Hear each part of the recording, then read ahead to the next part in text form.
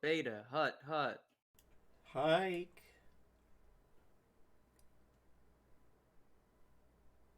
That's your Hello. cue. Yeah, I was just about to say hello. Hello, everybody, and welcome to the first episode, or should I say the 0th episode of Projekt Severovo. I am your host, your secrets keeper. Um, my name is Mike, also known as Win 5 Get 1 Free, and joining me is my lovely cast and crew of Gary, Howdy. James, and Ah. and Gunner. Yellow. And today we're going to be doing something special. We're going to be doing character creation and the intro for Projekt Severovo. Now, I have been keeping Projekt Severovo a secret for a while, and I have been actually designing this game for, Gary, would you say about half a year is fair? It's been about that long, maybe even longer. Yeah. So I've been co-designing this with Gary. making some moves, designing some maps, getting some NPCs all put together, standard GM stuff. And I just got to say, I'm really excited about this one. So, allow me to set the stage for you, because these have been fairly vague advertisements I've been giving on Mondays. The year is 1939. The location, deep within the Siberian wilderness. A group of Russian military police, known as the First Odon, which is an armored military police unit, has been going through Siberia as the war in Europe has been ramping up.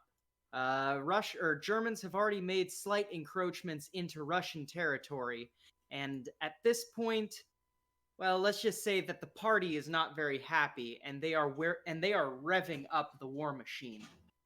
The current month is September. It's cold. It's only going to get colder. And these guys are in the northern part of Siberia, probably wishing that they had been deployed somewhere else.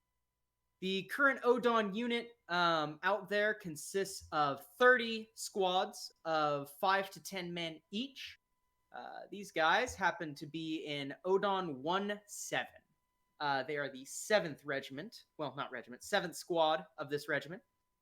And they are in a caravan that has been traveling from south of Russia towards the north, going town to town in this uncharted ice and forest wasteland. There are still indigenous communities out here, and there's plenty of towns that have been put together by homesteaders who still don't even necessarily know that a revolution took place. Crazy shit.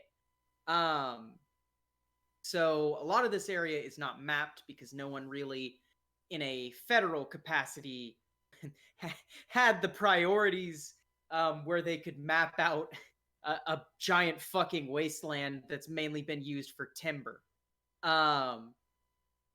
So yeah, their job is partially reconnaissance into their own land and partially recruitment drive.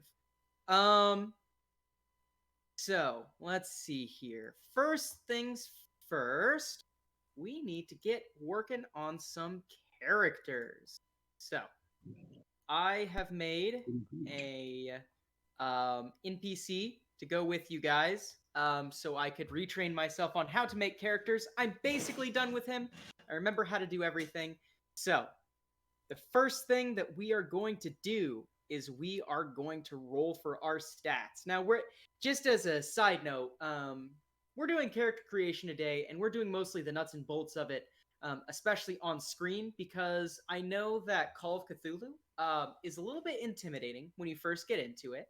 A lot of people are used to D20 based games or even 2D6 games. And I don't think we've done character creation on screen for Call of Cthulhu before, even though we've had a Call of Cthulhu game that was run by me. So we're gonna do that. So if you're watching this stream or watching the video later, maybe you'll have a better idea of how to do this. So, first things first, everybody. I'm gonna need you to roll. Here we go. And we're going to be using a couple optional rules that are in Seth Skorkowski's Call of Cthulhu Part 2 character creation video. I'll see if we can get that linked in the doobly-doo for both things. Meaning I will try and link that after the stream is done. But the first thing that we're going to do is we are going to roll 1, 2, 3, 4, 5 sets of 3d6. Do not re-roll ones. Do not pass go. And these are going to make up your strength, constitution, dexterity, appearance, and power stats.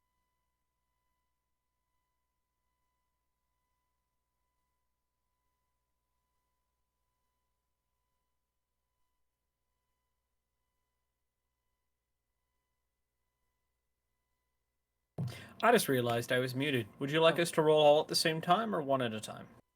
You know what? It'd probably be easier if you all rolled one at a time. Okay. Gary, it looks like you're starting, right? Yeah, I had just put everything in. Sure. Go for it. And if you have a handy... Okay. please copy and paste that macro so that we can all use that macro, because I did not have that macro. Isn't it just parentheses 5 3d6? Is Or it? double.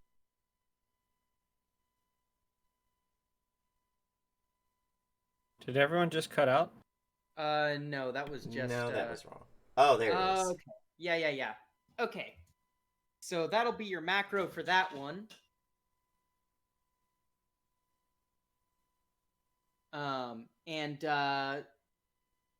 Okay, cool. So we've got that.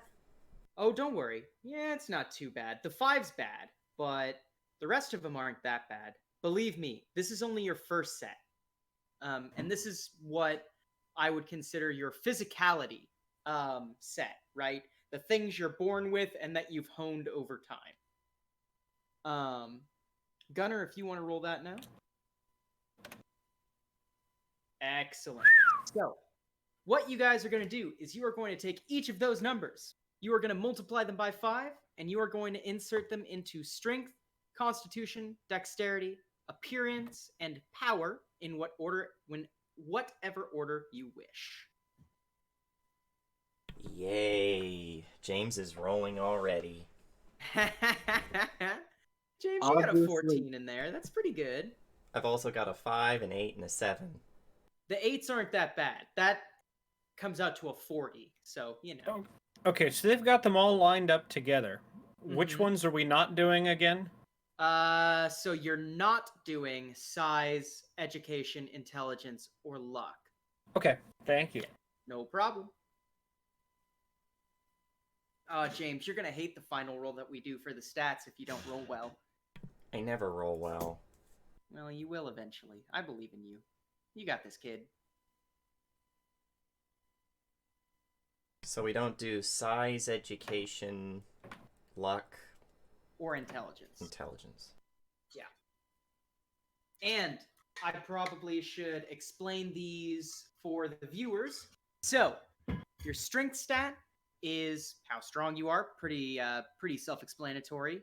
How much can you lift? How hard can you hit? Your constitution is how physically endurant you are. So your ability to run for a long time, your ability to not get sick, your ability to get punched in the stomach and shrug it off. Size is a tricky one. It is how your body is shaped and how strong your body is. It's also along the lines of constitution, but has more combat implications. Dexterity, how good you are with fine work and, doing flips and shit. Appearance is how good you look. It's your charisma stand-in, essentially. Education, that's what you have learned over the years. That's important for your skills, your career skills. And then intelligence is how naturally intelligent you are. That is good for your personal skills. We'll get to skills in a second. Your power is what you start your sanity off of, which, by the way, just so we get it out of the way, put in for your power, put your insanity, or put your sanity at your power level out of 99. And your luck is just how ding dang darn lucky you are. You can spend luck points to increase a roll by so many points per, I think it's per times you've slept. So like, for instance, Avanad here has 85 luck. He could pump 85 points into one roll just to make sure he succeeds at that roll. Or no. He would raise the DC because you want to roll lower than the skill. You want bigger numbers. But yeah, he could, like, I guess you would subtract it from the roll, however that works. Anyway, so has everyone put these into your deals after multiplying them by 5? I think. I think Strength, I did that, right? con, dex, appearance, and power, right? Correct. Oh, I thought it was size. We want no. a high. We want a high Size- power, right? Huh? We want a high power, right? Yeah, I mean, that's what influences your sanity, and also if spells get involved, that's what influences your spells too. I'm intrigued in the spells. Of course you are. You're going to start trying to raise the dead, aren't you? Shut up. Shut up. Oh, that was good. These Tell me if I'm wrong. accusations are crippling to my name and are totally unbased and Gary's saying don't at me right now. Okay. and I'm totally gonna do it. But Okay. So next things next is we are looking at the rest of those. So we're looking at size, intelligence, education, and luck. So you are going to roll 1, 2, 3, 4 sets of 2d6 plus 6.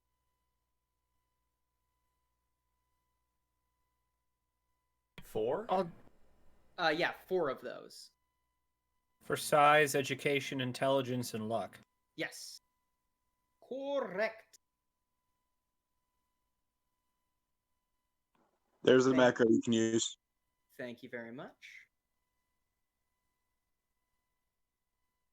Gary do be a lifesaver, though. Damn, Gary. Yeah. Rolling hot. James, those aren't bad rolls. Especially for a commander type, you don't really need, like, crazy physical rolls. Mm-hmm. Let's see. Okay, excellent. Now, second verse, same as the first. Multiply those by 5. Stick them in the stats according. You mean by 3 or by 5? By 5. Okay. Yes. Did you multiply the first ones by 5? No. Okay, you should do that. Because you'll have Did much I? higher. Oh, yeah, I did. My bad. Okay, okay. I It's was like- gonna say by 3 is playing Cthulhu on hard mode, and we're playing standard mode today, which is hard mode anyway. Okay, let's see here, and then whenever you guys are done with that, we'll get the fun dice. Why is it whenever he says that, I have a feeling it's about to get not fun? Oh no, this one is fun. Then we also take this times 5. Yes. And Right now- oh, go ahead. Right now, for anyone who's interested, I am making our shopping list. Right now, I've got a 10-pound bag of potatoes for $3.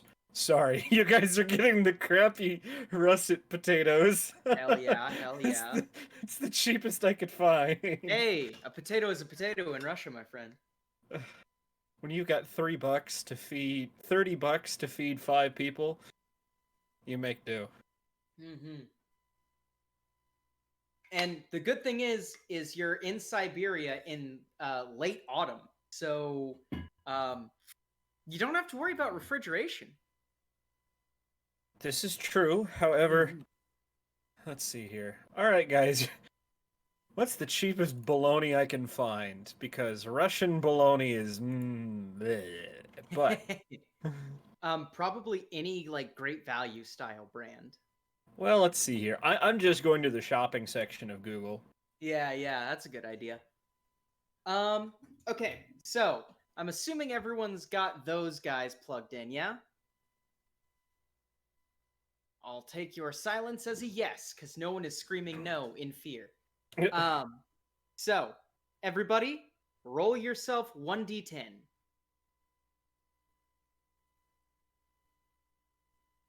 I hope you can all do that without me giving you a macro. No, apparently not. Oh, James.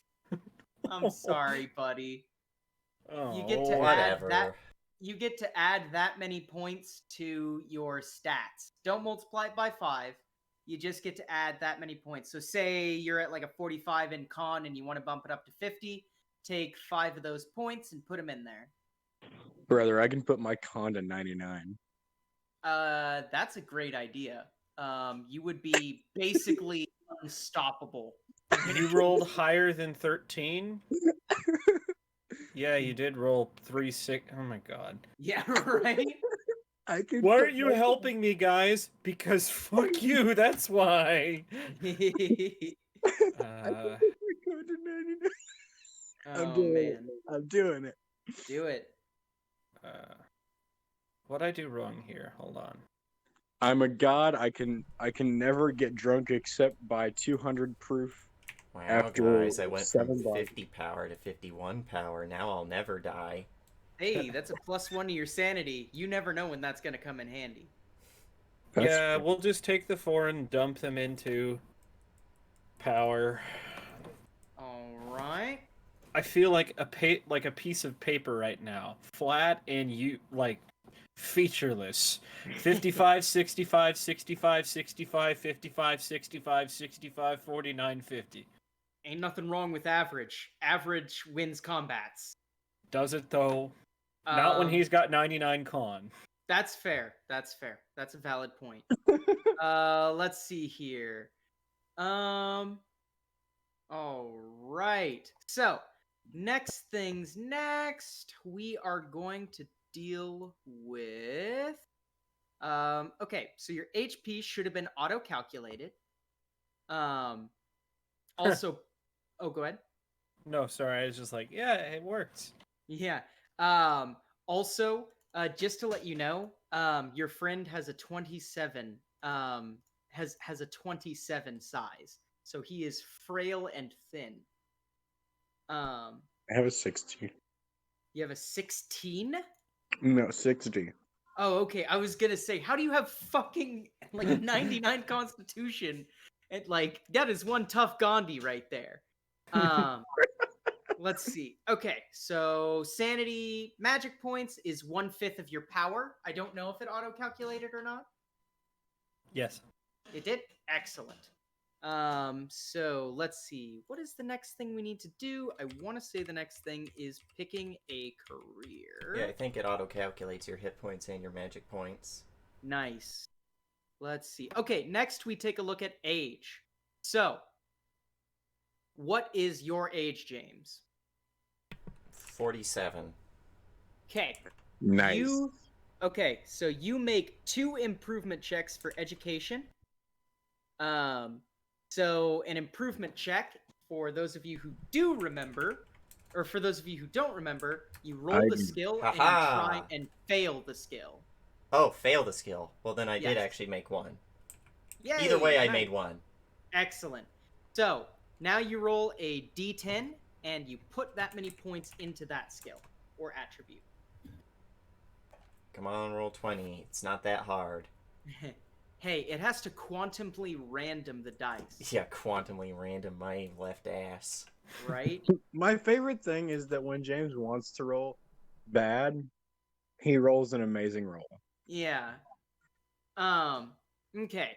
So, James, because you are in your 40s, you also deduct 5 points among, so not from each, but just one, or just out of these, subtract 5 points from strength, con, or dex.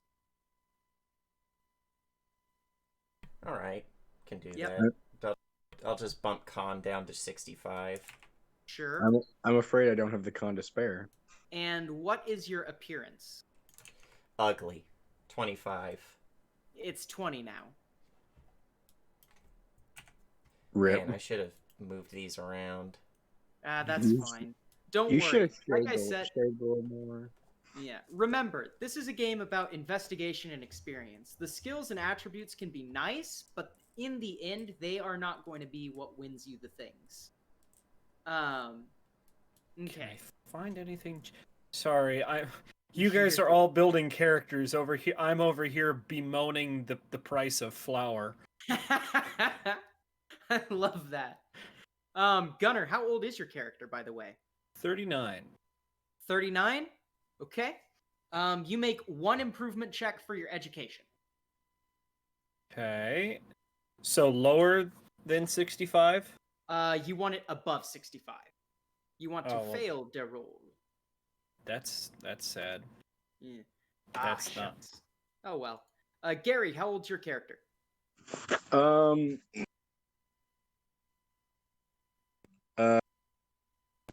If I can hold the button. 24. All right, you'll make an improvement check for your education. All right. It's a D100, right? Yes. The- Oh, fun fact, by the way. In the upper right-hand corner. Nice. You failed your education roll? Yes. Good. Roll me a 1d10.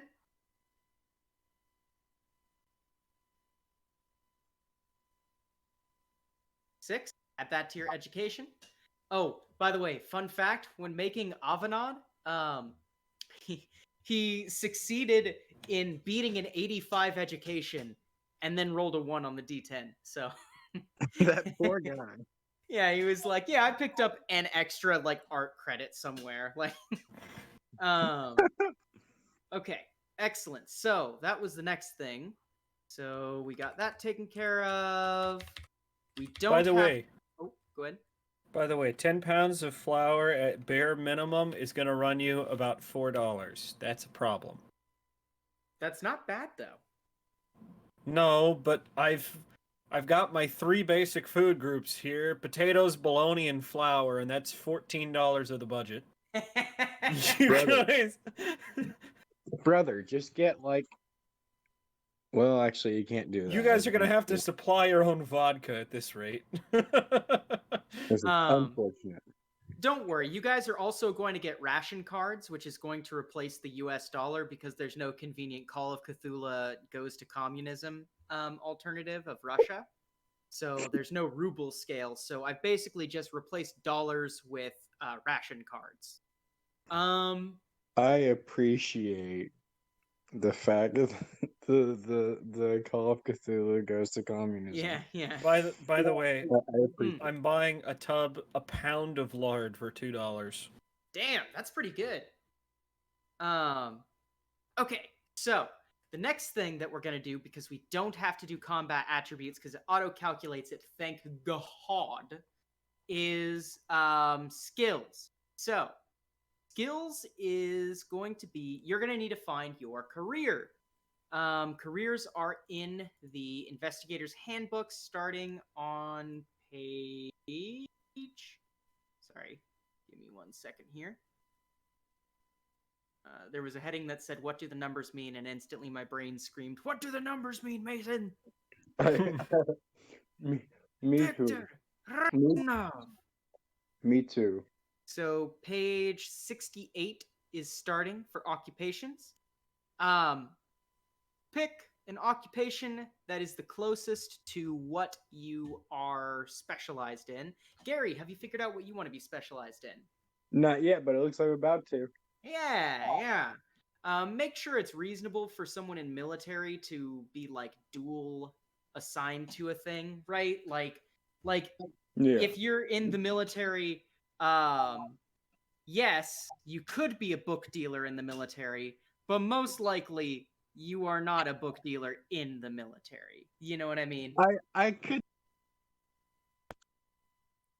Oh, hello. There we go. All right. I could probably do something. It's fine. Did you hear what I said? Because I think I cut out. I Yes, think you you did. cut out too. All right. I think. He's cut out again. God damn it. Okay, Bombs. so I want depressed- to deal with bombs. bombs? Okay. Let me see here. So you want to be like demolition. Probably going to be Sorry, best we can do for you is engineer.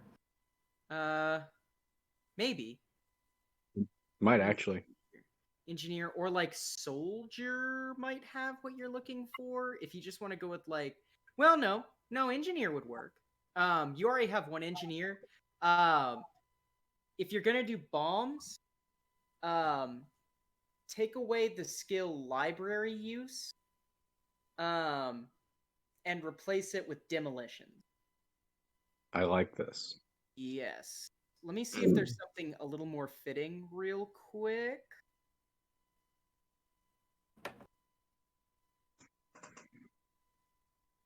Oh, dang it. James, No. there's a perfect one for you. There's military officer in here if you haven't caught it. I was looking at agency detective, but that's much better. Let me go Yes. to Page 83. Let's see. officer. It's Where? not the same. There we go. Private investigator, research. Gary, you could be a prostitute. I could be a prostitute. The Actually, exploding probably not. prostitute? Hey, hold on. Hey, I could be a prostitute that raises the dead. All right. Oh God, that sounds like the most Gary ass character The I've ever prostitute seen. who raises the dead, so someone who hands out Viagra. Yeah, I was about to say, raises the dead. Wink. So hold on. Fun thing. I just thought about it. If I stick with the bombs, Mm-hmm. I could and I start raising the dead. I've got suicide bombers. Easy True. game. Easy Is it game. even suicide at that point? I mean, it's. I have I mean, 228 skill points. That makes me happy. Hell yeah. So none of your skills for your okay, so yes, the skills, the way that they work. You have however many skills it's lists in your occupation. And that goes directly to the skills listed below hand, right? there's the Cthulhu-esque BS I remember. Oh, Yes. these maths! Yeah, yep. You Okay, can only have up to 75 in any of those skills. So you split your points around there. Don't worry, there's plenty to put in. Do not use these skills for anything outside of your career. These also go into your credit rating as well, so keep that in mind. That's going to determine how many ration cards you have when you get to Severovo. You will not be getting income, however, from your credit rating, so don't focus too hard on that. But yeah, you guys are gonna be in. You guys are gonna be putting these skills around, and then immediately after, we're gonna do your intelligence skills, which is just your intelligence plus times 2, which will be any skills at all, even class skills. You can pump more in there. So, say for instance, you're like, I only had 30 points left for rifle, which, by the way, rifle shotgun is a skill that everyone has because they're soldiers, along with Has at what skill- level? um, Or just takes? just takes. So it starts Okay. at default level. It's just like something you can put your career skills into. You also have climb and let's see. You'll also have climb and swim and throw. Yeah, climb, swim, throw, and jump. Those are also going to be class skills, or career skills, because you guys are all soldiers. So you've been basically trained at the very least, you know. And you have the ability to use your guns and move around. My thing I get special is going to be law. Okay, sounds good. I like that. So you Because are it going says to. any one other skill as personal or era specialties, and I think law makes sense. Law does make sense. I like law. Being able to like cite fucking shit at people to get them to do what you want potentially, or knowing if someone's According to bullshitting Order you. 223. Exactly. according what's the order where you shoot him in the back? Order 66, obviously. No, isn't it like Order 87 or something? Was the not one step back, which wouldn't be implemented yet. Yeah. It wasn't implemented until like Nineteen. halfway through the Battle of Stalingrad. Yeah, 1941. Or 42, one of those. I was gonna say, speaking of which, where is everybody born? Good St. question. Petersburg. somewhere. Volgograd. Okay. Wait, you mean Stalingrad? This is 1939 after all. Shit, you're right. Doesn't it get named to Vodkograd now? Or did they go back to Volgograd? Volgograd. As of 2006, I thought? 2011, something like that? Yeah. Actually, you know what? I want to pick a more rural place in the same region.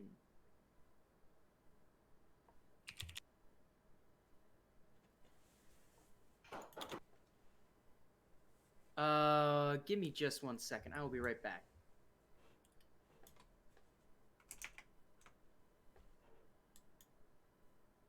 Oh, we just get all of these skills, right? I think that means that you can, like, put a point into them for free. Or, like, not for free. Right. Like, 1-to-1. I mean, yeah. That's I'm gonna put 60 points into Intimidate so that it goes up to 75.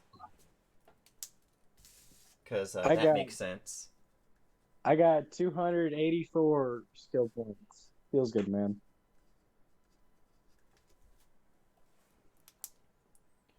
Yeah, I got fucked because bad rolls for the physical stats, which apparently affect my skill points.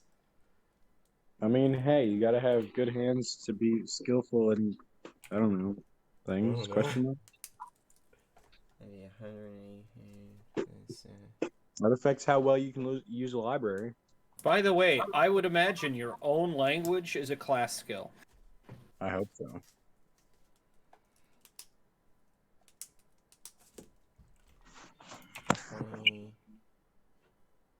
I'm looking and I'm not seeing all of the skills listed. Oh wait, 60.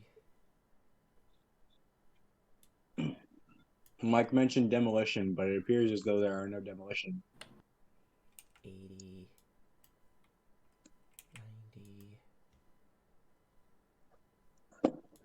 90.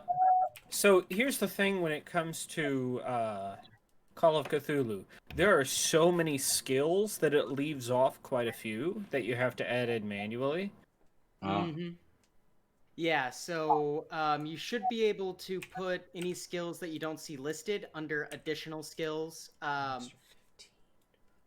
Yes. Yeah. Okay. Sorry about that, by the way, fellas. No worries. And anyone watching the stream as well. Which, by the way, I should have the stream open in the other window so I can monitor chat and stuff. Because I've been mad about Mike. that. Shameful. Okay. My good skills are Law, Intimidate, and that's pretty much it. Nice. Okay. But I do have an Intimidate of 75, so... Excellent. You can scare the pants off of a bear. Which kind of bear will determine what. Well, we are in Russia, so it could be any different kind of bear. Yeah, true.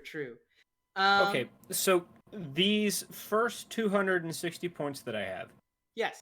Can they go into any skill or just the ones that are dictated by the class?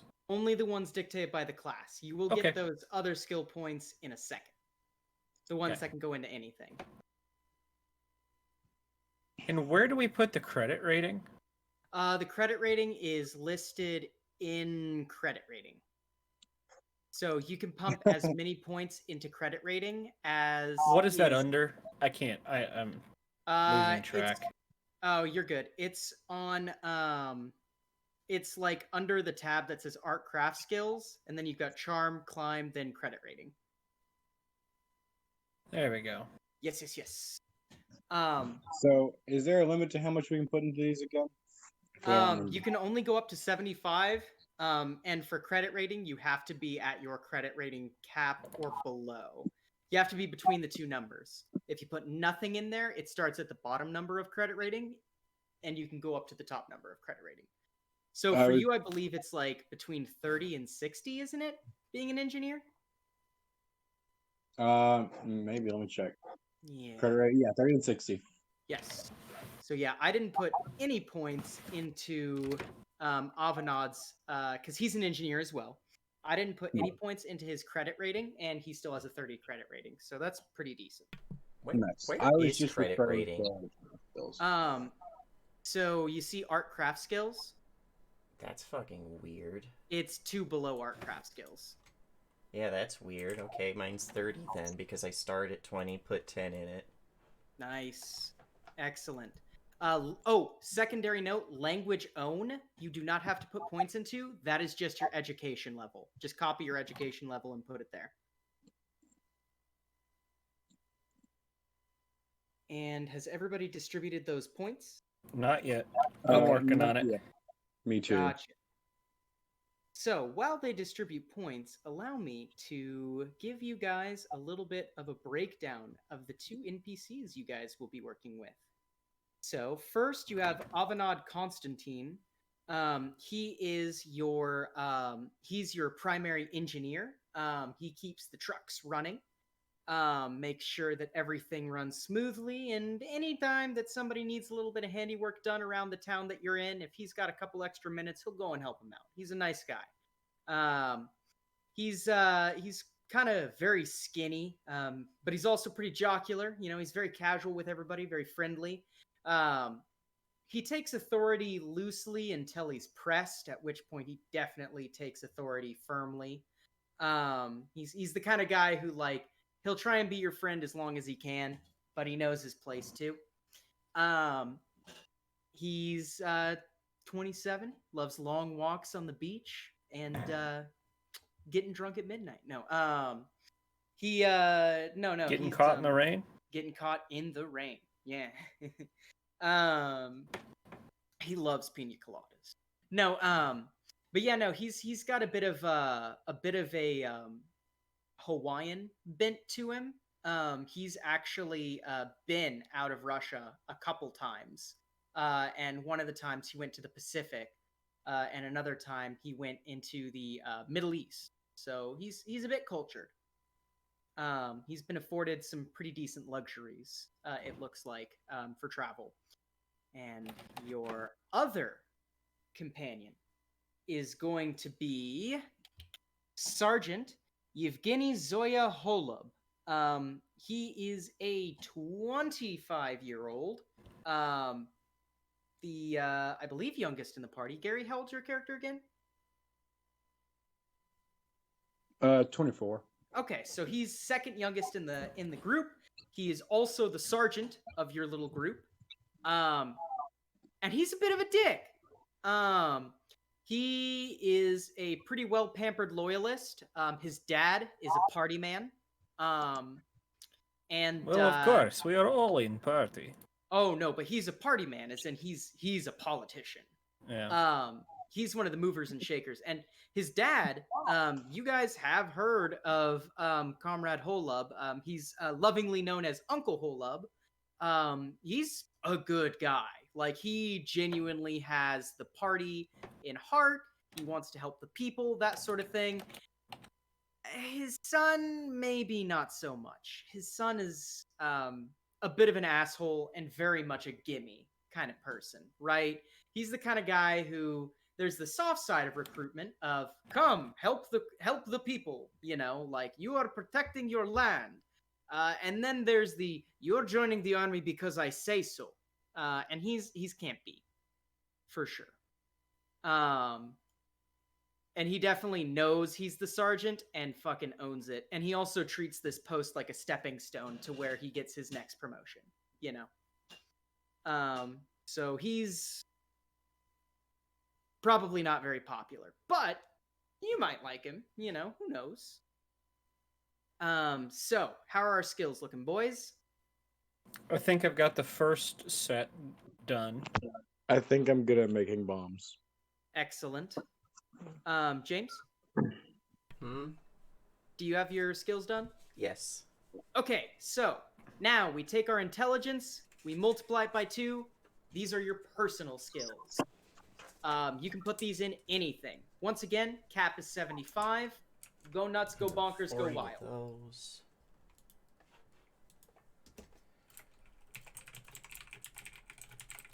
So hold on, real quick, because Yes. like it looks like it didn't do any credit rating thing, Correct. right? Well, it should. It'll be in your possessions. You have to buy credit rating with the skills you're given. Yes. Okay. Yes. I was gonna say, yeah, because I thought, what's the credit rating thing with the occupation then? That is your range. occupation. That is your credit rating. Yeah, that's the range in which your credit rating can be. So you're between 30 and 60. You can have between 30 and 60 credit rating. Yeah. Okay. If you spend no points in it, you have 30 credit rating by default. That's not terrible, I think. No. Credit rating can go up to 100, and like once you get into the 50s, it's like pretty stupid good level. Like having like in 1920s money, like a couple $100. Nice. Which would translate directly to a couple 100 ration cards, which would be a lot. It'd be not bad. as the Yeah. kids say. Yeah. Question Yeah. mark. So let's see here. So I can also operate heavy machines pretty well, yeah, nice. typically for usage of making bombs. Correct. You have a couple people who can operate heavy machines pretty well. One of your guys is an excellent welder. I wish I was an excellent welder. I know. Let's see. So credit rating of that, you should actually have. Yeah, you would double. Okay. So for credit rating, what's everyone's Okay. credit rating, by the way? My credit rating is 60. 30. 60? 30. Yeah, I just put all the points in it. Okay. 40. If you're 40, okay. If your credit rating is between 10 and 49, multiply it by 2. That is how much starting ration cards you have. If your credit rating is between 50 and 89, multiply it by 5. That is how many ration cards you have. I have 300 ration cards. Yeah, you've been doing pretty good for yourself. Yeah, buddy. Buddy has 60 ration cards. God, I'm making a horrible life choice, but I'm putting really specific points into really specific things to Like do what? really dumb shit. Like what? So I'm putting points into drive, auto, and dodge. Okay, those aren't bad. No, I'm planning on using them together along with demolition. Okay, well, if you ever hit that point, then you If I have ever- definitely got that on lock. If I've ever hit that point, I just win. It's fine. I would say true. Yeah, I forgot dodge was a thing. I'm pulling like 40 extra points out of things to put into that because I know that that's a good skill. Yes, that is a good skill to have. So 55, not bad. Yeah, not bad at all. You got a 50-50 chance of dodging things, essentially. Especially with a fucking ugly old man. I love that. I love that. Okay, so has everyone taken care of those skills? Almost.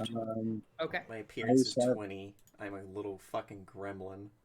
true. I believe it. I just look like your average Russian. Eh, Yeah, that's fair. Like someone carved a potato. nice. It's true. They don't James, look I'm gonna good. poke around your character sheet for just 1/2 a second. Okay, good.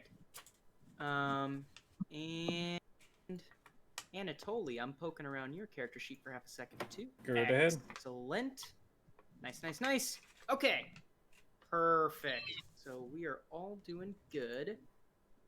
So the next thing to do after that, By the way, yes. you guys are lucky. I remembered to buy salt. Why do we Nice. need that when I'm around? Right?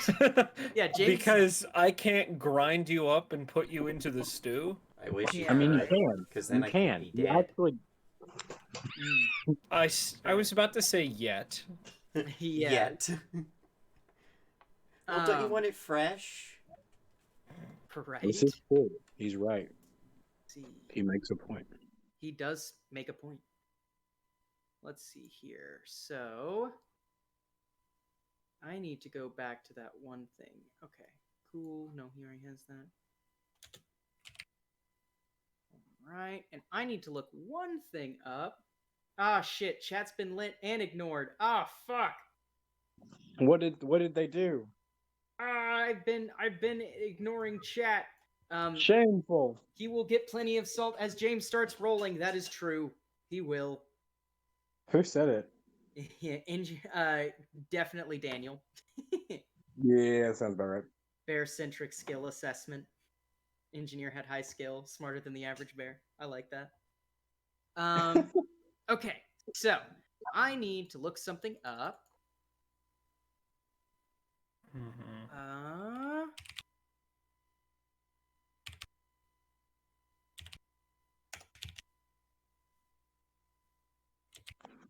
Okay. You know how hard it is to eat steak? with teeth that aren't there?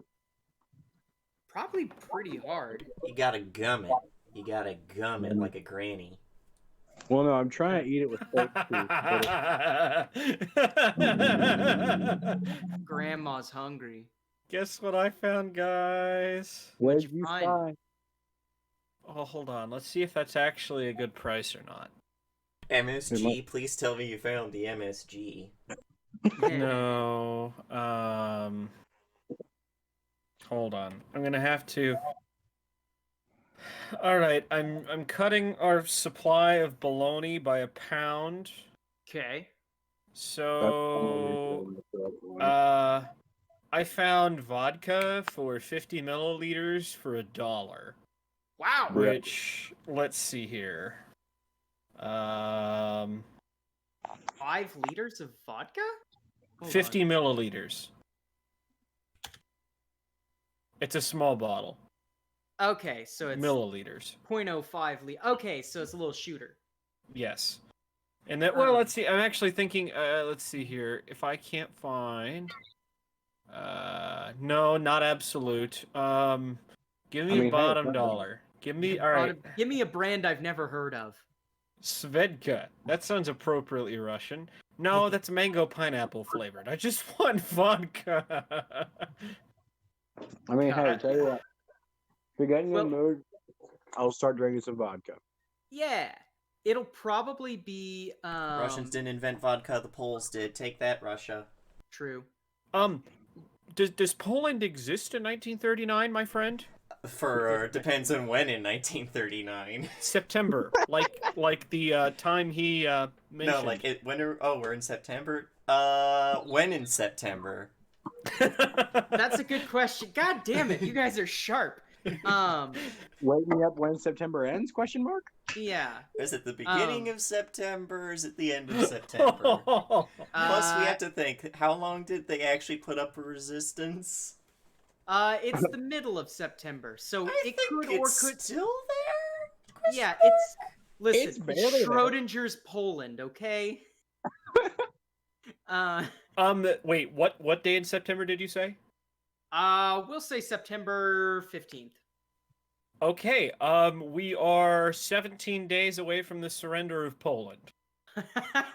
Wow, well that'll be world news. Matter of fact, we are halfway through the campaign. Like the Damn. Polish campaign right now. So Nice. they were only able to hold on for 26 days. R.I.P. them. Okay, so Wait, gear hold up. that huh? You first. Gear that you guys start with. You guys are going to start with, of course, the 1935 Vatnik uniform. You are going to want to mark this because it is cold. You do not want to be naked in this kind of Russia. You are also going to start with one canteen with warmer slot, meaning you can stick a warm water bottle into your canteen side and it will warm your canteen. You will also start with one rubber warm water bottle or bladder, whatever you want to call it. Very handy for if you're going to be out in the woods, because your hands will freeze. And What was the name of the uniform again? Vatnik, Vatnik. This uniform, by the way, is not necessarily a hand-me-down, but it has been mothballed for a while. Because, like I said, production on the 1941 uniforms have not started, so everyone's still wearing these big poofy coats. Let's see here. Am I the James. only one who's also fought in World War One? Good question. And the Well, Revolution? No, technically, in the October Revolution, my character was 18, 19, depending on what, he was born in 1900, so he most likely would have fought in the First World War as well as the Succession. Mm-hmm. Did you fight for the Red Army too, or were you a filthy loyalist? Wow. Ha! That's... Damn, how dare you accuse me of anti-Soviet activity? Oh, this is out of character. I'm accusing you of anti-Soviet activity. Don't worry, if this character starts asking if you've committed anti-Soviet activity, then you start to worry because he is part of the KGB. Yeah. He fought with the Red Army. Let's see here. So, okay. So you all start with a standard issue canvas rucksack.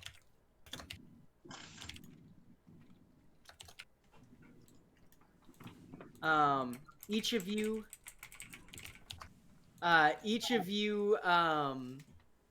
are also issued one mess kit. So you can eat shit, and that mess kit contains a metal tray, fork, knife, spoon, and a tin for drinking water out of. Let's see. There it is, boys. The Holy Grail.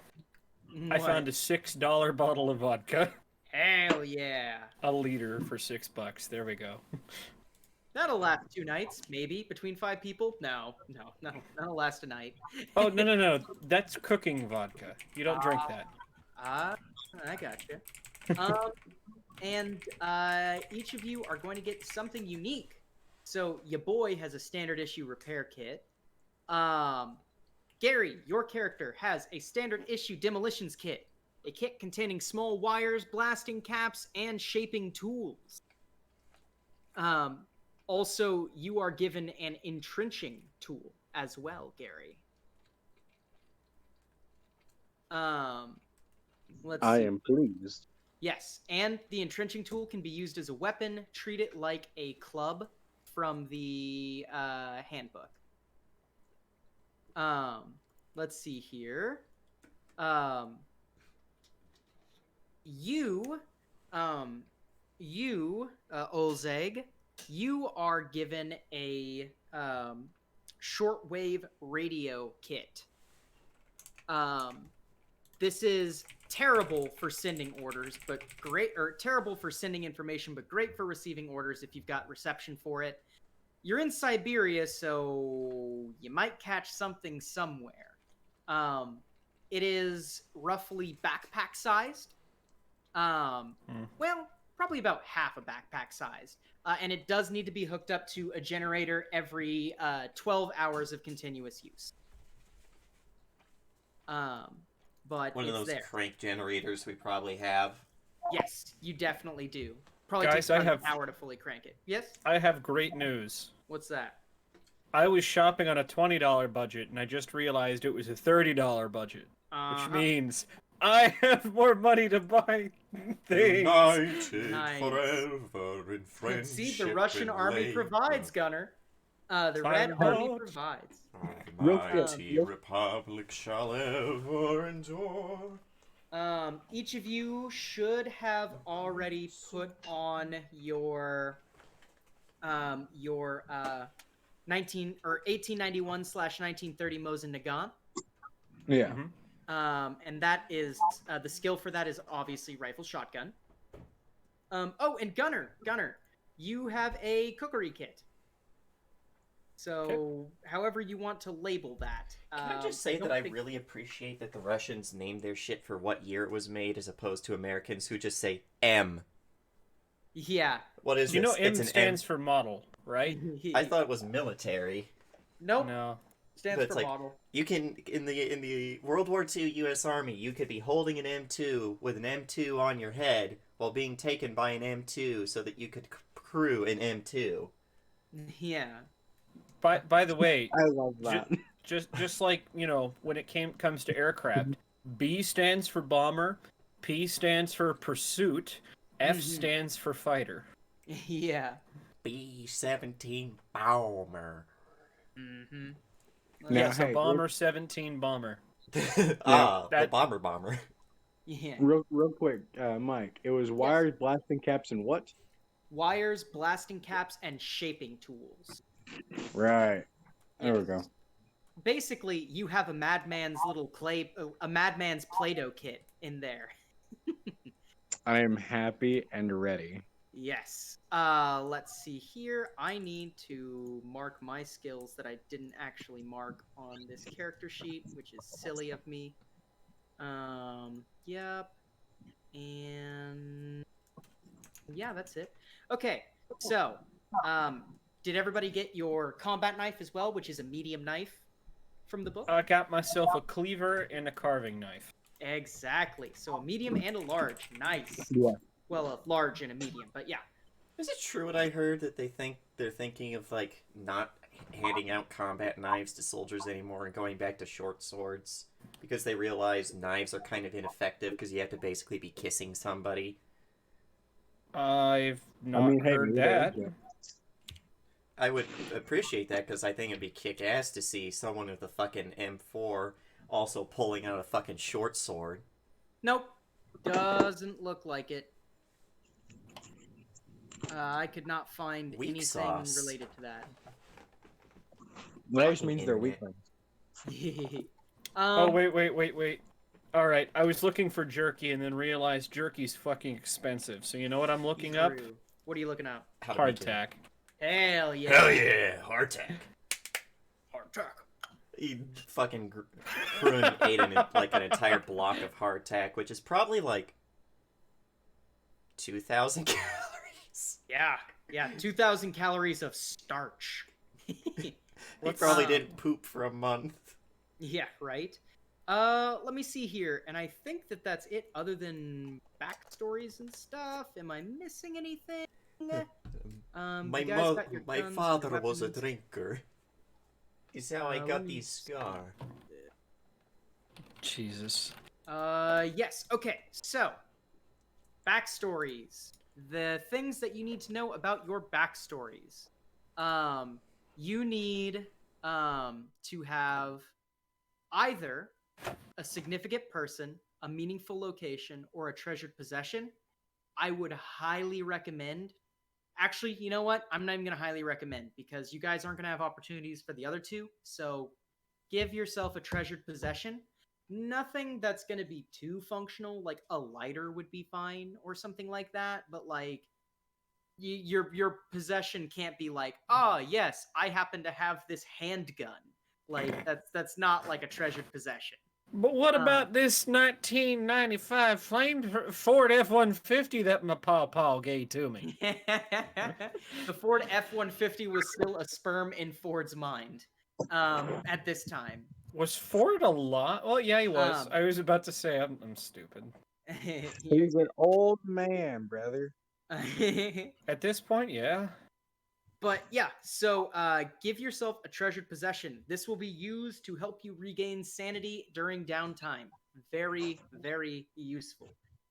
Injuries and scars and phobias and manias. You do not need any of these. If you think it would make your character more interesting, go for it. You will be giving yourself a little bit more of a disadvantage, but hey, that sometimes makes characters more fun. You do not have any arcane tomes, spells, or artifacts, and you do not have any encounters with strange entities. Were you saying something, Gunnar? Sorry. Nope, I'm Okay. good. Cool.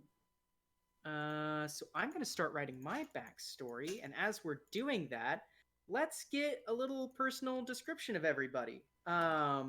First of all, let's start with Ulzag. Just hold up.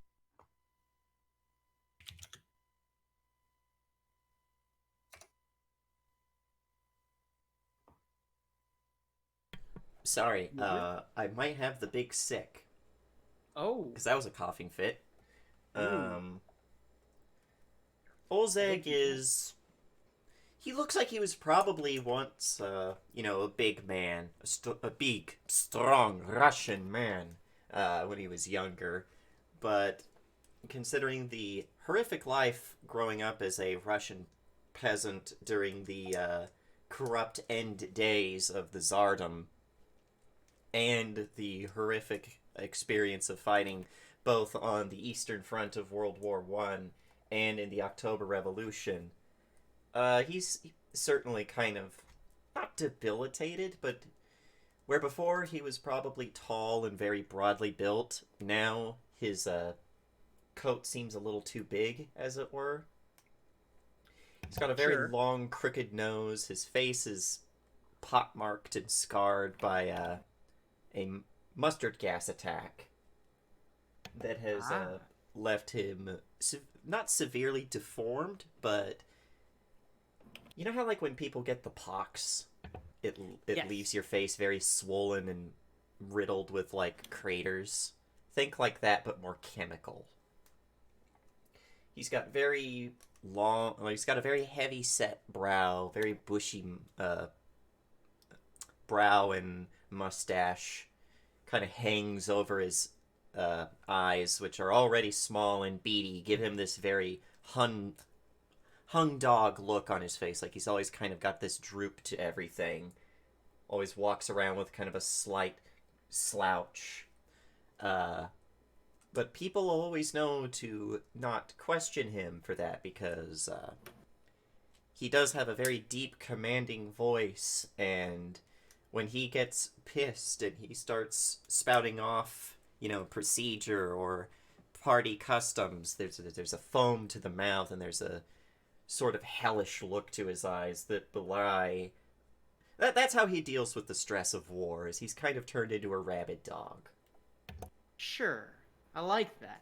I like that a lot. Okay. How about let's see. Gary and Gunnar, if you guys wouldn't mind changing your screen names to the display Yeah, name to 2 seconds. You're good. You're good. Oh, and his mustache is totally based on Stalin's. Oh, hell yeah. I'm sorry, I'm haggling with Google right now about hardtack prices.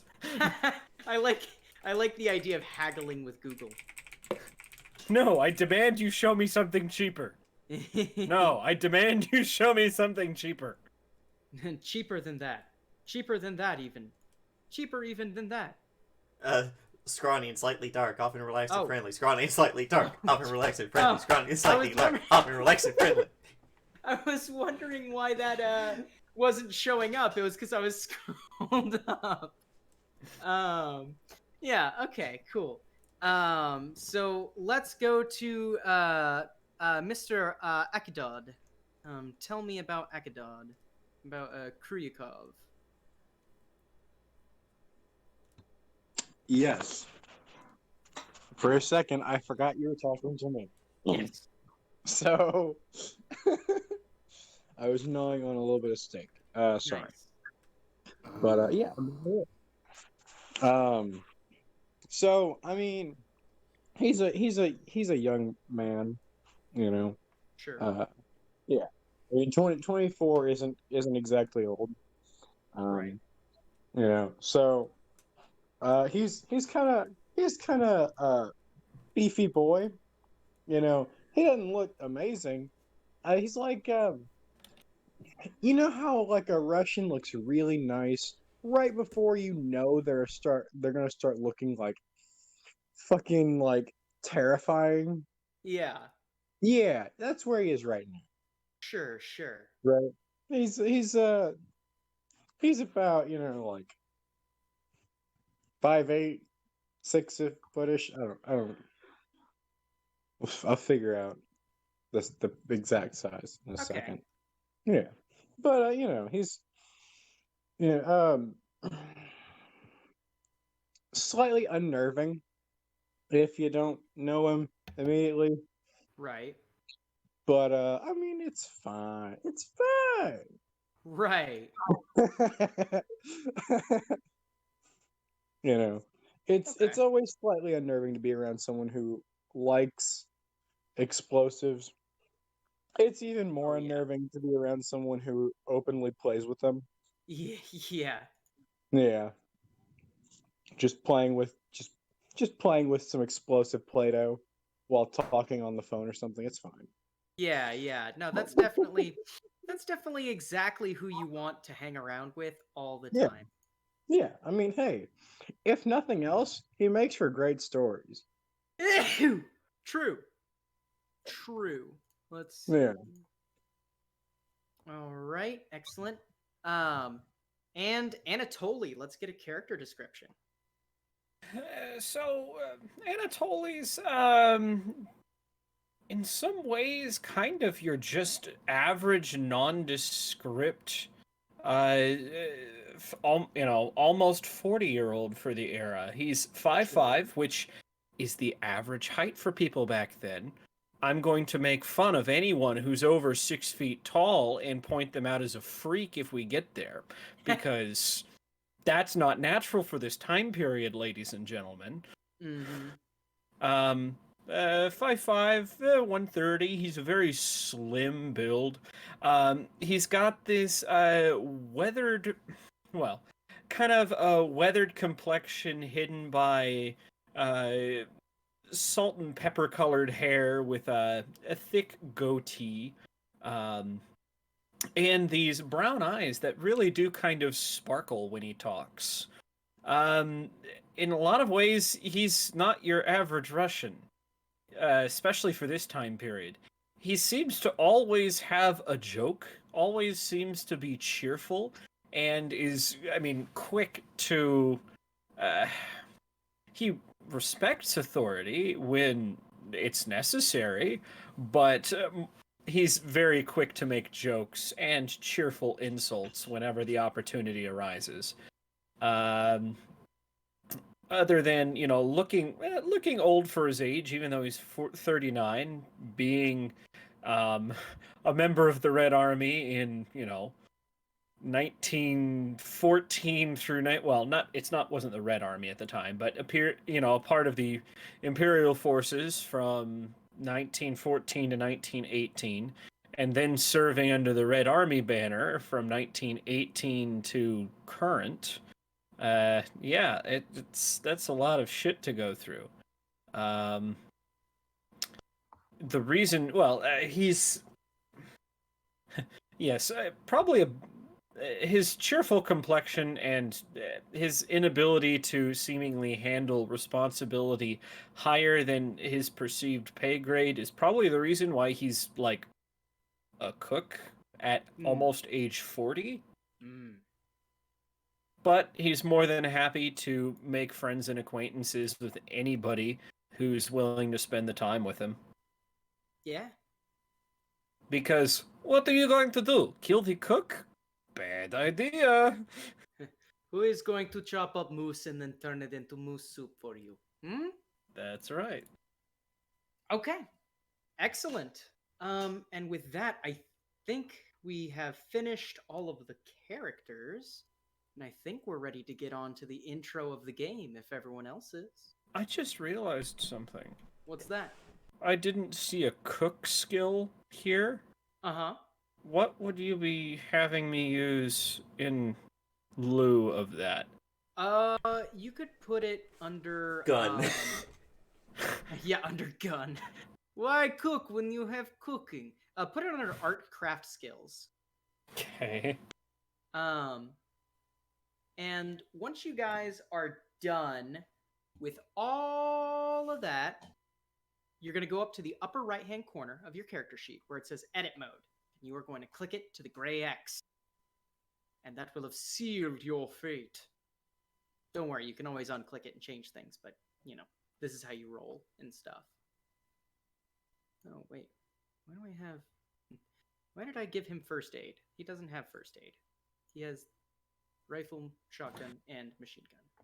Oh, by the way, guys, I'm sorry I couldn't swing the hardtack. Hardtack, for whatever reason, is a lot more expensive than it has any right of being here in 2020. So you're getting saltines. You have failed the Rodina. Kiss my ass, Lieutenant. That's Junior Lieutenant to you. Sedition is not a good view.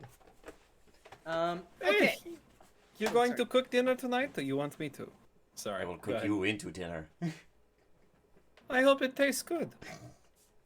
All right. We're all Russians. We just want to die. I love it. Okay, so allow me to set the scene then. you are all on a convoy, half tracks, going through the snow. You guys already have skiffs in the front of each of these half tracks because you need something to push the snow out of the way. It is cold, of course. It is very cold. It's always cold, but even up here, it's colder. And even through your standard issue giant puffy coats, it still feels like the bitter wind of the night slices through each and every padded layer of cotton, every textile, just another pore to let cold air through. The hot water bladders have since cooled, and your comrade Avanad has set them on the exposed radiator pipe in the back of the half track.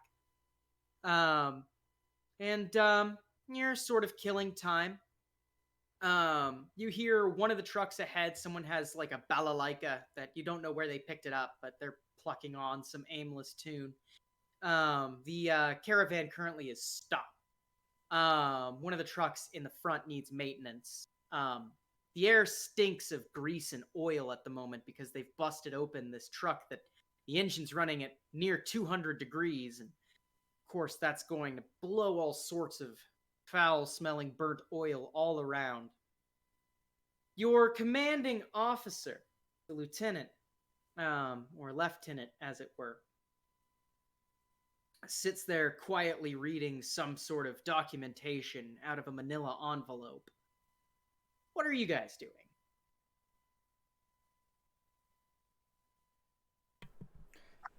Totally not playing with Bomb Putty. Yeah, fair enough. Commander, the lieutenant probably looks at you. Sergeant Holub looks at you and gives you a sideways glance and goes, "You're lucky you're good with that, or else I'd have to confiscate it from you. Don't blow our fucking truck up, please." I blow nothing up. Promise. Okay. At least he was nice enough to say please. Yes, Says Anatoly as he's in the back of the truck, probably going through. Could I say he has a little journal that he keeps his recipe book in? Of course. Just keeps his recipes in, going through. Yeah. Let's see. Potato soup, borscht, blins. Oh, we haven't had blins in 2 days. Yeah, that's about the reality of it. I'm tired of making things with that lard, though. Sorry, yeah, go. the lard has gotten a little stale. Yep. But yeah, and what about Olzeg? What is Junior Lieutenant Malganovich doing? I'm assuming that as technically an officer, he probably rides in the front of the car. The Actually, the motor pool itself is currently being no, you know what? Sure. Maybe you're riding in the front. You're taking turns like It's actually heated up here. Yeah, well, heated from the engine. That counts. Yeah, Sergeant Holub and you have been trading spots in the front. He says that he doesn't want to spend more minutes, or he doesn't want to spend a whole bunch of time with the rank and file, but he understands that you need a little bit of heat too. Calls you. He's like, you need to make sure that you stay healthy, old man. You're going to be my predecessor, you know. Ah, if the Germans couldn't kill me, the winter will not do so either. But keep an eye on them. Especially that one, and he like points back at Krukov. If he blows up even if he blows up even a board on the back of that car, I want to know. Hey, Lieutenant! Looking over at you from under that deep brow of his. Yeah. I have a recipe here for turnip. The turnip soup is. I have what's left of milk and a couple eggs. We create maybe some turnip soup tonight.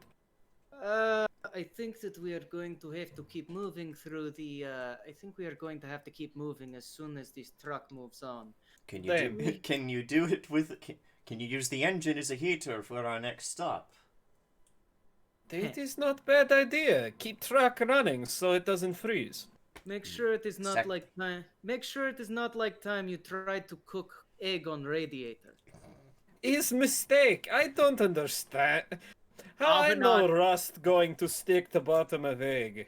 Yeah, Avenant at this point looks up from his looks up from what his apparent nap was as he has the truck spec document over his face. Lifts it up and goes, "Trust me, things that go on that engine are more toxic than just rust, friend. You have to do a lot of things you wouldn't be proud of as mechanic to keep these things running." And just flops the magazine or the manual back on his face. That's why I give you extra ration in the morning. Eh? Oh, that gives the Olzeg kind of giving you a look, but then he just shakes his head like, ah. I kid. I give no one Incorrigible. extra ration. As a matter of fact, tonight, half ration for everyone, because I am Double proud ration. server of Soviet Union. Double rations, great. I said half Uh, ration. No, that's probably double for us. But yeah. just kind of nods his head and hops in the front of the car. And on the way there, he's just he's got some pieces of ditch wood that he finds that he whittles and carves. So he's got all Sure. of these wood shavings in his lap. Yeah, and there's some on the bottom of the truck. Occasionally, Avenad, he never brings it up, but you always see him. It always seems like he's cleaning the wood shavings out of the passenger side the second he knows you're around. That sort of thing. If you But, would leave them there, they would build up and you would have insulation. I don't want fire inside of truck. Wood does equal flammable. Most things are flammable if you try hard enough. And he looks at you and you can't quite discern the look he gives you, but he shrugs it off shortly after, Okay, so guys, I don't know whose farm we knocked over, but I'm able to get 30 eggs for 34 cents. Nice. Oh yeah, we stole those. Oh, totally. Yeah, no, by the way, your guys' form of requisition is basically you go in, you offer ration cards. Half of the time they take the ration cards. The other half of the time they don't get ration cards. One of those situations. We tried playing nicely, but we must feed army. But yeah, so you guys are about halfway in this trip as the caravan is kind of broken down. And you guys notice that the wind seems a little colder tonight, and maybe you'll see flecks of snow every once in a while. But it seems that a very blustery north wind is coming in. And maybe it's right as one of those winds, probably the worst one yet, breezes through the back of this half track and just chills all of you to the core. That you hear someone at the front do a loud kind of whistle, and you hear all of these engines in chorus just vroom, right? And the caravan starts moving, and you guys are moving north, which, you guys are in tarp-covered trucks, essentially. Not even tarp, maybe waxed canvas if you're lucky. But yeah, so you guys drive, and it seems like a standard drive, if not a little colder. All of you sit within your coats a little bit closer and warm yourself with your blankets in the back of the truck a little bit tighter, and you all fall asleep into the night. As you're going though, and having whatever sweet dreams someone in the commuterm would have in the back of a military truck heading nowhere but north to frozen wasteland, you hear something. You hear a crash. A big crash. A huge wind shakes the truck, and all of you look up and see that one of the trucks has turned over. um, onto its side, and some people are scrambling out of this truck, right? And yeah, so what are your reactions to this? It's the truck right in front of you, by the way.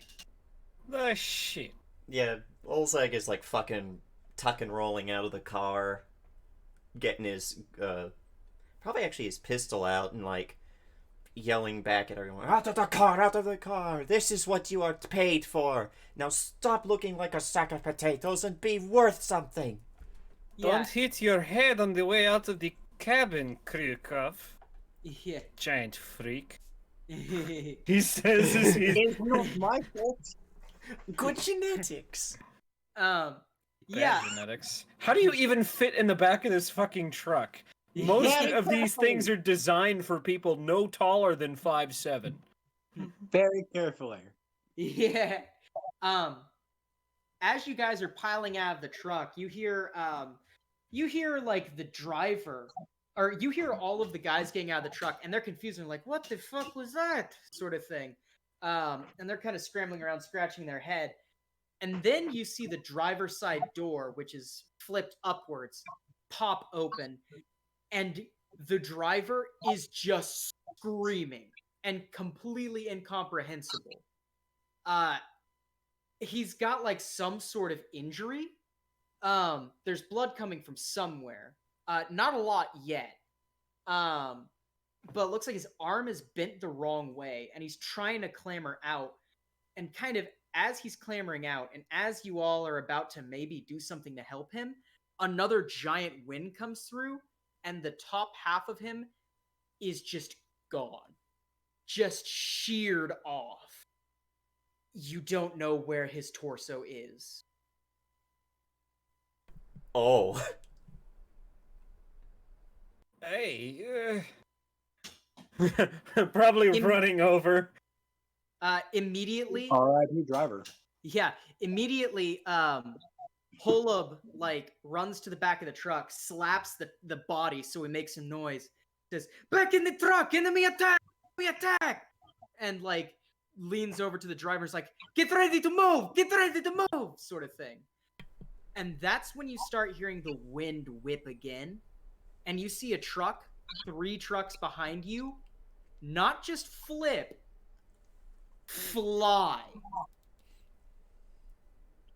I should have stayed home. Yeah. Question. Yes. What is our starting sanity? How do we calculate that again? It's your power. Power. Yeah, it's your power. Out of 99. Gotcha. Mm-hmm. Well, he's Yeah. already half insane already. Oh, yeah. Same. Yeah, and Olzeg is just yelling at everyone like, I don't care if we're under attack. No one pulls the trigger until you see something. Those cartridges are worth more than you. Yeah. I do not know if I can blow this problem up. Yeah. And as you guys are jaw flapping around, the guys who were in that other truck start looking at the forest, and they hear like this wind whipping, and one of them goes super wide-eyed and just screams, "What is that?" before 3 of them are just grease stains on the ground. And the like two more of them look at this. One of them has fallen down and his arm is like bisected. The other one has like lost a leg. They're screaming and like just moving away from that area like as fast as possible. That is problem. Yeah. And have you guys run back to the truck yet? Probably. I mean, we can't fight something we can't see. Yeah. Yeah, that's true. Okay. So y'all are in the truck at this point, and your commanding officer leans out the side of the truck and like waves his finger, like does one of these numbers, right? At the driver, and the driver is like, nods, and you hear him like under his breath, saying like a traditional Orthodox prayer, as like he like just books it, right? Like he's driving. And you're like, as you're driving and pushing this like truck to its limits, you are you hear this wind still whipping around, and just it's taking out trucks left and right. And like, everybody make me a perception check. What is that in this game? I was gonna say. Yeah, shit. Hold on. That is. Oh, I forgot that spot hidden was a fucking thing. Damn it, I would have put points into that. Yeah, it'd be spot hidden. Fuck. We haven't made any rolls yet. You can shuffle some stuff around if you want. Yes, comrade. Yeah. Oh, I remember what these dots are for. They're not to mark your skills. They're marking skills that you have used. Oh, that's pretty so that clever. You can, yeah, so you can test later and raise your skills. Now I gotta tick all those off. Yeah. Hold on, let me do that real quick, and then I'll roll. Yeah, yeah. And I'm also shuffling points. Everybody remember, if you roll a skill and succeed, tick it so that you can make a growth test or whatever it's called later to add another D10 potentially to the skill. That's why I always be rolling skills in this game. Question, how do we roll that exactly? So did you turn off edit mode? No. Oh, I see what you're talking about. 2 seconds. Yeah. And then you just click it. Okay. Hard success, hard success. Hard success. Damn. Okay. So each of you see this, and you all kind of look at each other like, did I just see that? You see one person running like through the forest, like kind of beside your truck as you're dashing by it. And the wind whips and you're looking directly at him. And for just like a split second, it looks like some sort of winged creature with like giant talons just like rips him. And it's just for a split second. None of you can be sure that you actually saw what you think you just saw, but it definitely adds some tension to the situation. We left all that ammunition behind. Yeah, so I do not think that this is Germans. Mm-hmm. Yeah, I wouldn't be worried if it were Germans. Yeah. What were you saying, Anatoly? Or not Anatoly, Kryakov? I do not think this is problem I can make go boom. Yeah, so you guys drive, and you drive hard, right? But at some point, because this is uncharted land, you guys are driving forward. You see your driver, Olzeg, and he's like frantically trying to figure out the way to go. And he's like about to push through a snowbank, and you notice it right as it's too late. This snowbank goes down a hill. He ramps it. You guys get about 3 seconds of airtime in a half track. Slam. Yeah. Slam onto the ground. The truck starts sliding and speeding up faster than this truck has probably ever moved in its life. And just like slams head first into a giant pine tree. Just boom! And for all of you, things go black. You wake up. You are in an unfamiliar area. You are in what appears to be some sort of inn. You have several people gathered around you. You smell the smell of home cooking and spilt beer and vodka. All of you hurt like a motherfucker. Matter of fact, everybody roll me Constitution real quick. I love rolling things in this game. Easy, brother. Aww.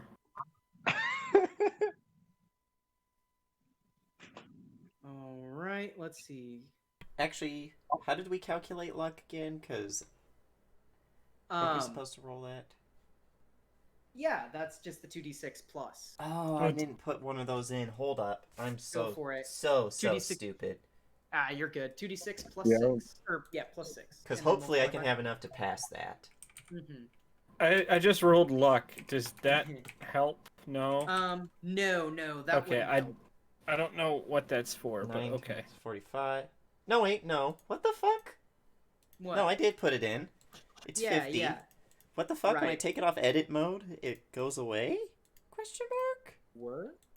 The number does disappear. Huh. Does it? Okay, so I did have it. No, I will spend the 21 points of luck because we get it back. Yes, you get it back per resting. Yeah, I'll spend the So- 21 points to just succeed. Okay. Anatoly, do you want to do that as well? You just add them. Okay. There's no way to actually decrease luck here without going into edit mode?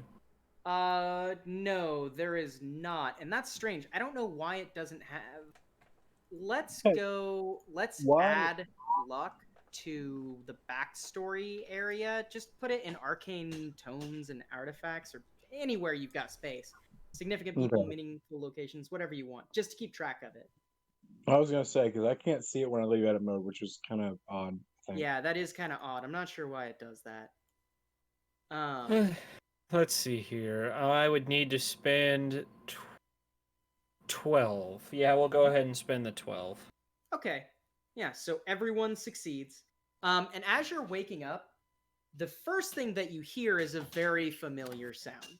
The first thing that you hear is the lieutenant yelling. And he is yelling up a storm in the corner at somebody. Blearily grabbing for Mosin. Yeah. Your gear is you don't have your like weaponry on you. Yeah. Wait, Or any like they- bulky items. Aw, they took my cleaver? Yeah, well, can your cleaver fit inside your jacket? I would imagine so. It's They- a cleaver after all. Yeah, they probably haven't taken your cleaver. Just anything that was strapped onto you at the Right. time. Pull off cleaver. What? Oh, yeah. what? Yeah. Oh, go ahead. Olzek just sits up and is like, oh, I am too old for this shit. Yeah. Mutaks. Yeah. Avanad like sits up and rubs the back of his bald head and goes, "Short." It's good thing we did not go boom. Yeah. What is yelling? Who yell why for what? Yeah, and Yes, you look over. yes. Oh, go ahead. You look over at oh, that's the wrong thing. You look over at Sergeant Holub, and he is yelling at like a pretty big portly guy covered in hair, has a very refined, almost European style mustache with the twist on it. You know what I mean? Yeah. Handlebar And- mustache. Kinda. That's and- fun. Yeah. He's bald, has like has black hair like down the side of his face, like big thick sideburns. And he and Avanad are like arguing. Like Avanad's like, "No, we need to have contact. Do you have no idea what this means? Do you see what this insignia means? Do you see?" And he's like, "I see your insignia, puff boy, but that is not meaning shit when you're passed out in my bar. We saved your lives, you we saved your lives, you fucking moron." And like they're going at it, and like Holub's thing is like when he yells, he gets red in the face. He is like a goddamn tomato I right think now. Olzek is going to just like march in between them, and he's going to try intimidate. Because Okay. good skill, and also like you said, roll skills. Yeah. Who is he intimidating? Both of them. Oh, And he's just damn! like, Extreme success. "That is enough, both of you. You will either be quiet, or I will swear to God I will pull a leg off of this chair and I will ram it up your ass, and then your ass using his blood as lubricant." Both of them like shut up, and like the bartender looks at you and says, "Finally, someone is talking some sense." and he like reaches his hand out to you and just says, "My name is Stepan." Oh, if you talk about tomato in the face, he's got like the little flecks of foam on his side of his lips, and he like wipes at it, and he's like, Junior Lieutenant Oleg Malgonevich of the KGB. Crux his eyebrow and goes, "KGB? Up here? Why are you all, or what brings you all up here? I could not get any information from who I assume We were is part of a recruitment party sent by Comrade Stalin in order to strengthen the Rodina's defenses against the coming of the barbaric Germans. And he like kind of scratches at his sideburns and goes, "Recruitment. That is going to be complicated at this point, comrade." In what way? He says it is hard to explain.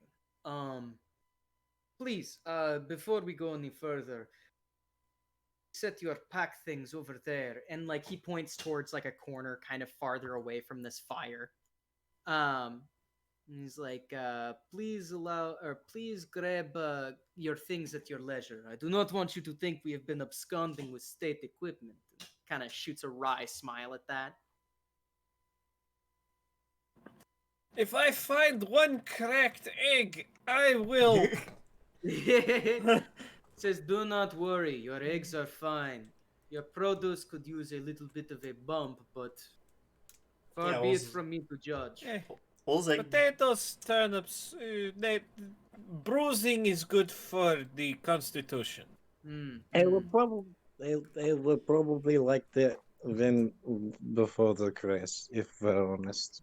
Krukov, I hope they did not touch much of your stuff. Much of your stuff caused Ian like this to become crater. You know, one day I have small panic attack, Yakov. I think I accidentally grab plastic instead of lard when making borscht. Oh, we all going to die.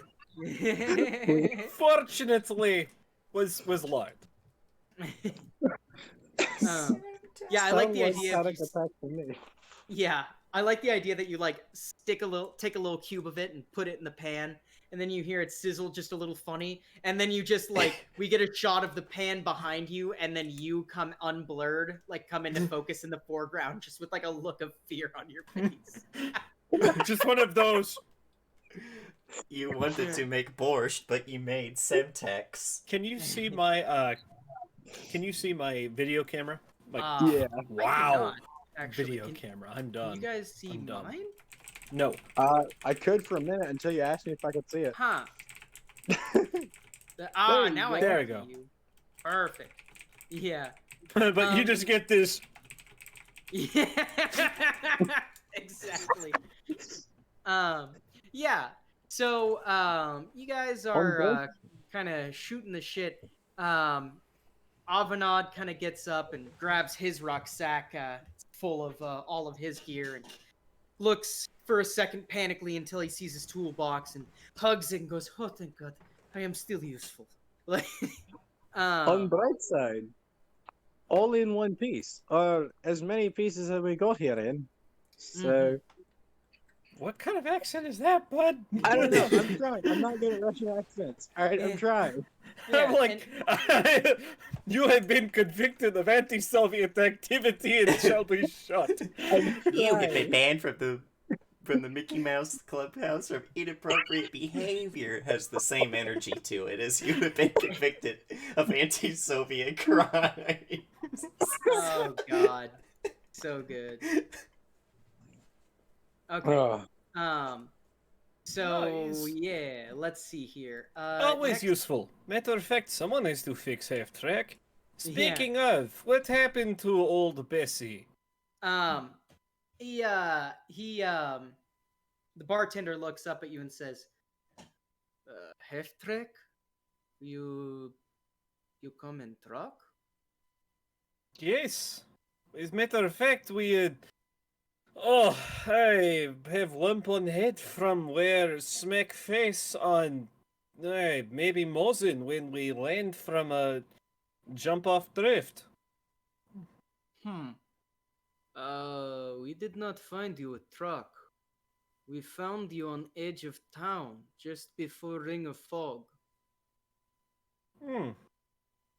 Now that you mention it, that whole scenario did feel like crazy dream. What with he's about to start talking about creatures in the woods with knives for hands killing people, Yeah, and then yeah. goes, uh, long trek, of course. Yes. Says, well, whatever the case, at least for tonight you are welcome here. To stay in a room until you find a place to stay more indefinitely. Um, I would check the lower quarters. Many places have become abandoned as of late. Uh, Most of the time when middle quarter empties or upper quarter empties, people just move up one step if they can. What happened to people? I mean, I know it's Siberia in winter, but surely people do not have anywhere to go. Well, between the cold, or he says like between the cold, the gasworks being shut down, and the fog, we lose too many people. The fog. Yeah, Is what poisonous like a Krushka or something? he kind of looks at you guys and says, "One could say that." Uh, It was joke. My mother's a Krushka's not that bad. um, he says, "Well,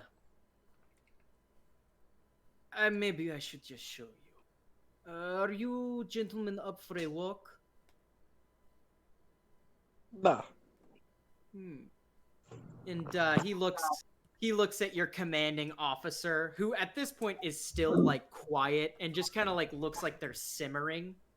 Um, and he like looks at you, Olzeg, and says, "Since somebody decided that they are going, or since you decided that you are going to be the boss and not me, why don't you make the decision?" With just like this absolute tone of like immature, pouty disdain. If anyone is going to be making a decision, perhaps it would be someone with more investment in the party. He looks at you and says, "More investment? Do you know what my father has done for this party?" And do you know what I have done? He You are says, going to be. I'm to be your predecessor. Yes? That means that you should shut up and listen to me. No? he looks at you and then he like looks at everyone else to gauge their response. You've just kind of when it comes to Anatoly, he's just kind of looking at the junior lieutenant kind of with this. Yeah. Um, If we are truly in as deep shit as this man says, then regardless of what your father is doing in Moscow, we need someone with more experience. uh, make me a roll of some kind to convince him to not like just Shoot you on sight. Persuade? Sure, persuade. I'm gonna see. I spent. I think I have. Let's see. 50 minus the 21 would leave 30. Yeah, I have enough points. I can make that just succeed. Yeah, you make a regular succeed. You see him like you notice his hand is like by his gun, and then he like slacks up his hand. He grabs your jacket and says, "Fine, you take the reins for now. Consider it a." He's like, "Consider it a work experience opportunity." But I'm the one Ladies, in charge, and like, ladies, mhm. please, no arguing. There's plenty of food to be going around, and with fewer people around, I can double rations. How does that sound? He like is still holding your jacket for a second, and then he lets go. Says, and like holds out his arm and goes, "Lead the way, sir." Yeah, he kind of nods. It's like, it is good to see that you can learn. Then does that very KGB turn on the heels. Damn, you're pushing his buttons. I was right gonna say. I'm an I'm old man who like, doesn't give a fuck because we just saw like a fucking knife bird murder everybody. Yeah. James is trying to die. That's all. Right. Is it just us, or are there like other nameless NPCs who have survived? You, as far as you know, are the only soldiers who have made it out of this. I need to get my Play-Doh. Anatoly, Krukov, you will begin moving everything to our new quarters. have you decided where those new quarters are yet, boss? The bartender says, Oh, I thought you were talking about because he said stay here for the night before you get more permanent quarters. That's my oh, bad. yeah. No, I just Um, meant like here. Yeah. The bartender says, "Don't worry about bags. We can carry them. Ah, It is important that you all see this." well, if that is the case, I do not believe that we should keep whatever this is waiting. We will stick together. Standard formation. Little bastards up front. Big bastard in back. Pointing at Krukov. All right. Yeah. Wouldn't want the giant to trip on his own hubris. No, but if we do get into any sticky situations, it will give us a more thorough firing line. You say sticky? No, not that kind. Keep it in your Oh. pants. It's not. All right. So he starts leading you out of the bar door, and let me get you to the map. He starts leading you out the bar door, and takes you guys over to here. About a 10-minute trek. And you're walking through here. You see a courthouse with a gallows with a person still hanging from it, half frozen in the wind. You see a church right beside the courthouse, and you see an industrial building that you walk in between. You walk in between an industrial building and a bunch of just like hovels, right? Like Would they're that like, be? Sorry, with the church, would that be an Orthodox church? yes, Okay. is an Orthodox church, I was correct? gonna say because if it were a synagogue, Oh yeah, no, that would be strange. not a synagogue, Like a Catholic church, no, mosque. Jewish faith. Is that a Yeah, synagogue? That's a Okay. synagogue. Okay, Yeah, I yeah. was right the first time. All right, Fiddler on the men, Roof time would- to burn. Yeah, Fiddler on the Roof would have things to say about that being there.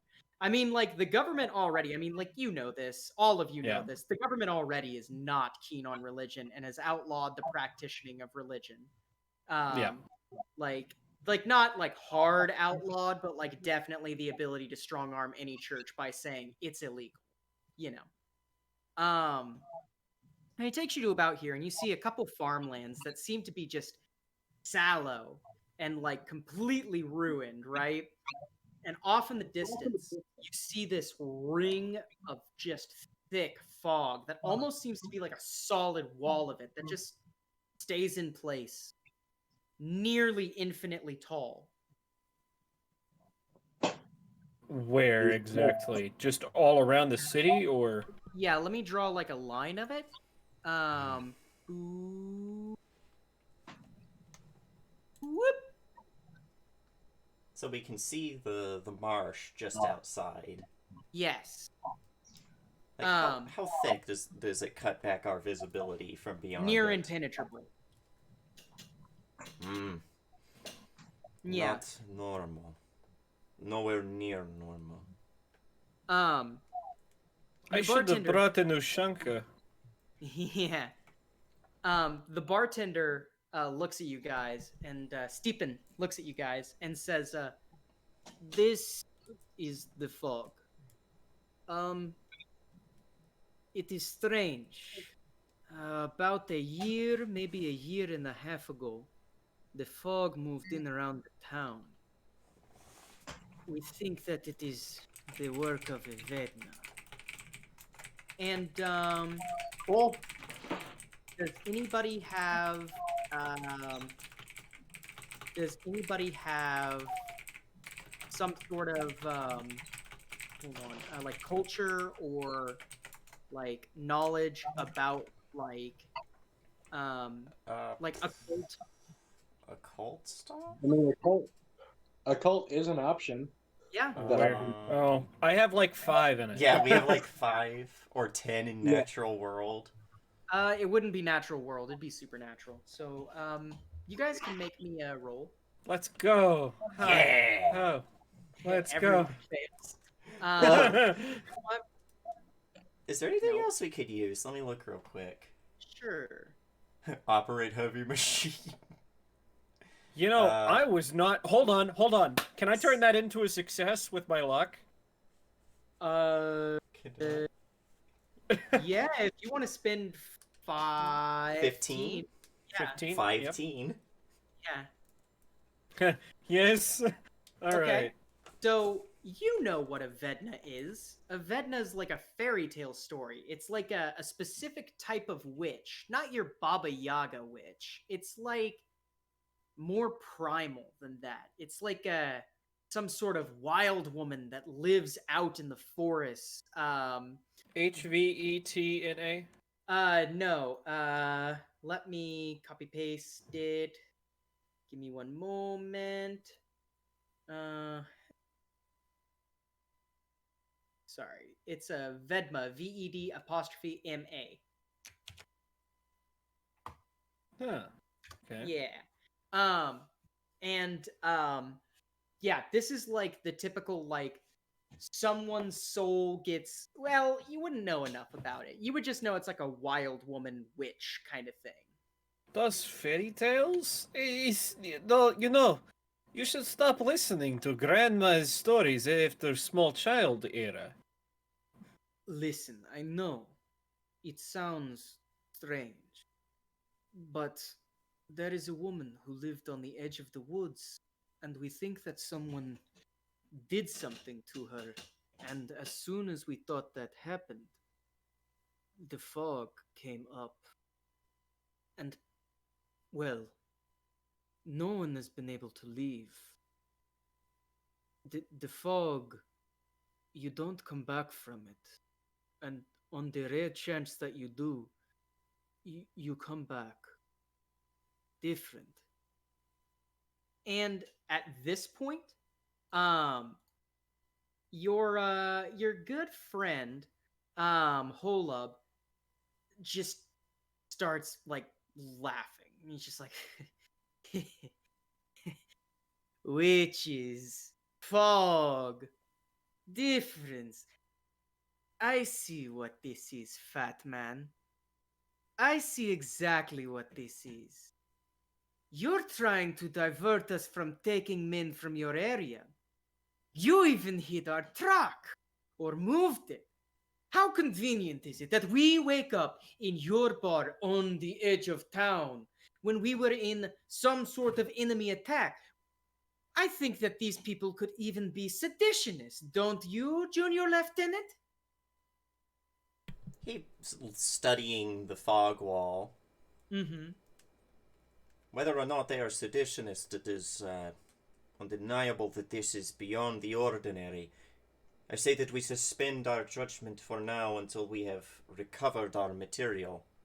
What good is it starting a fight and murdering an entire town if we still have no method of exiting it? At the end of the day, if we are only ones left, then the recruitment drive might as well not exist, yes? Better to Nodding make at that. friends. Better to make friends instead of enemies. Maybe if all goes well, seditionists become trusted allies. The recruitment drive over. Have you no skin on your neck? He says as he like starts walking forward. He says, I'm going to prove that this is ridiculous. And when I do, we're going to march directly to courthouse and have trial. And like just And starts until walking then, towards the fog. let him go if he wishes to test Yes, his own theories. Then let him test them. Yeah. He says, this is ridiculous. I'm sure it is something simple, like some sort of powder or something putting in the water. I've seen chemical weapons that only produce smoke and no chemical. I And tell like, you what, you come back, you go in, prove this is fake, liter of vodka, all for you. and he like, he says, I have no need for your hog swill. And just like, he fucking like pulls out, or he starts walking towards the fog, and he's like just fucking yelling at himself at this point. Like he's far enough away that you like can't really hear him, you know? Remind me who this one is. This isn't our mechanic friend, is this? No, this is your commanding officer. Okay, good. I didn't want him. I'd rather Yeah. not have him around, anyways. And he walks up to the fog, and like you see him put his hand in and then take his hand out, look at his hand, and then take a very confident step into the fog. And you wait. And you wait. And you wait a little more. And the bartender looks at you and says, "It is a foolhardy man who does not, or it is a foolhardy man who does not trust his peers." We'll go back and say he died in glorious combat to appease his idiot father. Avanad speaks up and says, "If I may be so bold, Junior Lieutenant, it appears that you have now officially gotten a field upgrade." Well deserved. Huh? Well deserved. Kind of He with nods. a little like smirk at that, watching what's his nuts go wandering off into the fog. Oh, no, he's gone. He like walked Yeah. into the fog, past the impenetrable like sight line, and he never came back. It's like 5 minutes now. You Yeah, know, still kind of like staring off where he was, and he's like, I am The not party one does to not believe. "The party does Good. not need zealots; it needs pragmatists." And then like spit out towards the fog. I am not one to believe Grandma's bedtime stories. However, when one is confronted with giant fog wall, one starts to believe that maybe Grandma was not just high off Bashinko. It's possible. Yeah, and at that, Stepan says, he just shakes his head, kind of solemnly, takes off his cap off of his big bald head, holds it to his chest for a second and bows his head, puts it back on his head and goes, "Right, you gentlemen need to find room. Well, I will feed you tonight. Tomorrow, you can go and look for housing." Please, let me cook for you. My treat. He looks you up and down, says, "All right. As long as you can make better than rations that come through here occasionally." I have eggs, not too frozen. He nods and smiles and says, "Be my guest." And you guys walk back to the inn. So, you guys kind of have a night of recuperation, you know. It's been a long one. You're still a little bit sore, a little bit discombobulated, and you start to get to know some of the people. You know that there is, you meet two people in particular that seem interesting. You find the daughter of Stephen, who is Sunsika, and she's probably about early 20s, late teens, like somewhere in that range. And she's super nice. She like tends to any of your wounds. She like professes like, "I'm not any good at this, but I know how to like patch together a scraped knee," sort of thing. And you also meet one Raphael Pavlosic. He's kind of the town drunk. Most people view him with he's amusing, but not necessarily like useful. You know what I mean? Like if he's getting in the way, they're more than likely to give him a sharp kick in the rear to get him out of the way. But they'll drink with him, you know. By the way, guys, I did spec into first aid, Nice. so I was like, we probably need somebody who can, Yeah. keep people from bleeding out. I've got a little bit of that, but not really. I ended up putting 50. Yeah, I think I've got into like it. 30. So Hey, if I roll some successes, I can get up there. But that means I need patience. But yeah, you guys are kind of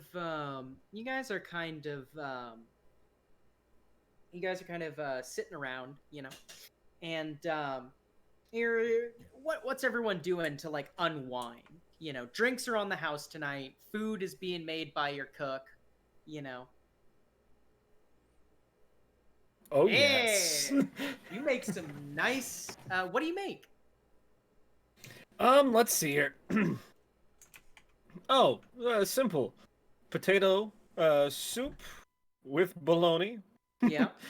Well, let's see. And they supplement you too. They give you like Oh, some fresh okay. hog. Then And like they've got like a stock pot that they've had kind of running all day. So you have some hog and like This might strips. sound like Any a bit bacon strips? yes. Go ahead. This might sound like a bit of a stretch, but could I just like to entertain himself while he doesn't have much to do because he's a military officer without an army. Yeah. He's just kind of looking around this place and seeing how many and what sort of laws and codes they're violating. Yeah, so That law. plenty. Like plenty, but it's all small shit. Like some of them are gambling. That's illegal. Some Mhm. of them are what you would define as drinking to excess. That's illegal. But are any of them breaking not moral laws, more pragmatic laws of the party? Like, give me an example. Stealing things from, stealing state property, withholding information from a KGB official. Well, none of them have saluted you, first and foremost. And there is nothing that signifies that this bar is a Russian bar, which all public property must be marked as part of the party. So those are like the only two like real laws that they're breaking. Yeah, and like maybe I'll go up to the bartender and like mention that, but not so much in an asshole-ish way, Yeah. but more of like a, kind of a teasing, you know, if it were not for the situation we find ourselves in, we could write you up for your lack of public identification.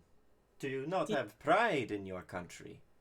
He grins at you and goes, "Does my country not have pride in me? I house these people, I give them food and drink. And I don't even do it for an exorbitant rate. Every man works, every man eats." To each according to his need, by each according to his ability. Yeah, and like he even says the by each according to his ability, like with you sort of thing. That is what the Rodina needs, is more of that and less the young man who decided to play it scientist. I've been meaning to ask you a question about that, Lieutenant. Yes. How did he jump rope, or excuse me, how you say, skip over you? A classic example of Western cronyism. Just as the Tsar's brats were destined to become leaders of the country by nothing better than the status of their birth, the circumstances of his squelching out of his mother's cooch would be in such a way that he could become a high party official. This would not have flown under Comrade Lenin. And See, would you like a onion with your soup, comrade? I would, if there are enough onions for all. I will have no better treatment than my men. You realize I'm cooking for whole bar, yes? Then go ahead if you have enough onion, no? And- Well, of course. Yeah, Good. for ingredients, maybe subtract like 1 or 2 things, but like they've got you mostly covered. You're I was cooking gonna for say, everybody, you more know? more or less, I using my own stock, and then the only thing I'd probably grab is probably bacon, Yeah, and fair. then onion if they have it. Yeah, that's a good way to spend some goodwill. Yeah, no, like everyone's super appreciative of that Yeah. because like it's not like they're necessarily in times of lean. Like they still have some game. Their larder is pretty well stocked for what it is. It should like the larder currently looks like it would stock this bar for about a week. You know, Right. but As they say, bread in the circus, yes? exactly. But yeah. And what are you doing, Kryukov? Totally not playing with explosives again. Yeah, most people have no idea what you're doing, but all of your comrades do. Oh yeah, oh yeah. And I hope I thoroughly out of character hope that all of them are really uncomfortable. You probably get one of those looks, and if I find that anywhere near my cooking utensils again, I will put you in the pot next. Was only once. Only once. um, Promise not happen again. so as you're eating in the bar and drinking, having a good time, Avanad for his part definitely takes up the free drinks mantra and has like 3 mugs of beer. You hear someone fly through the door, and it looks like this. Who do I want to pick?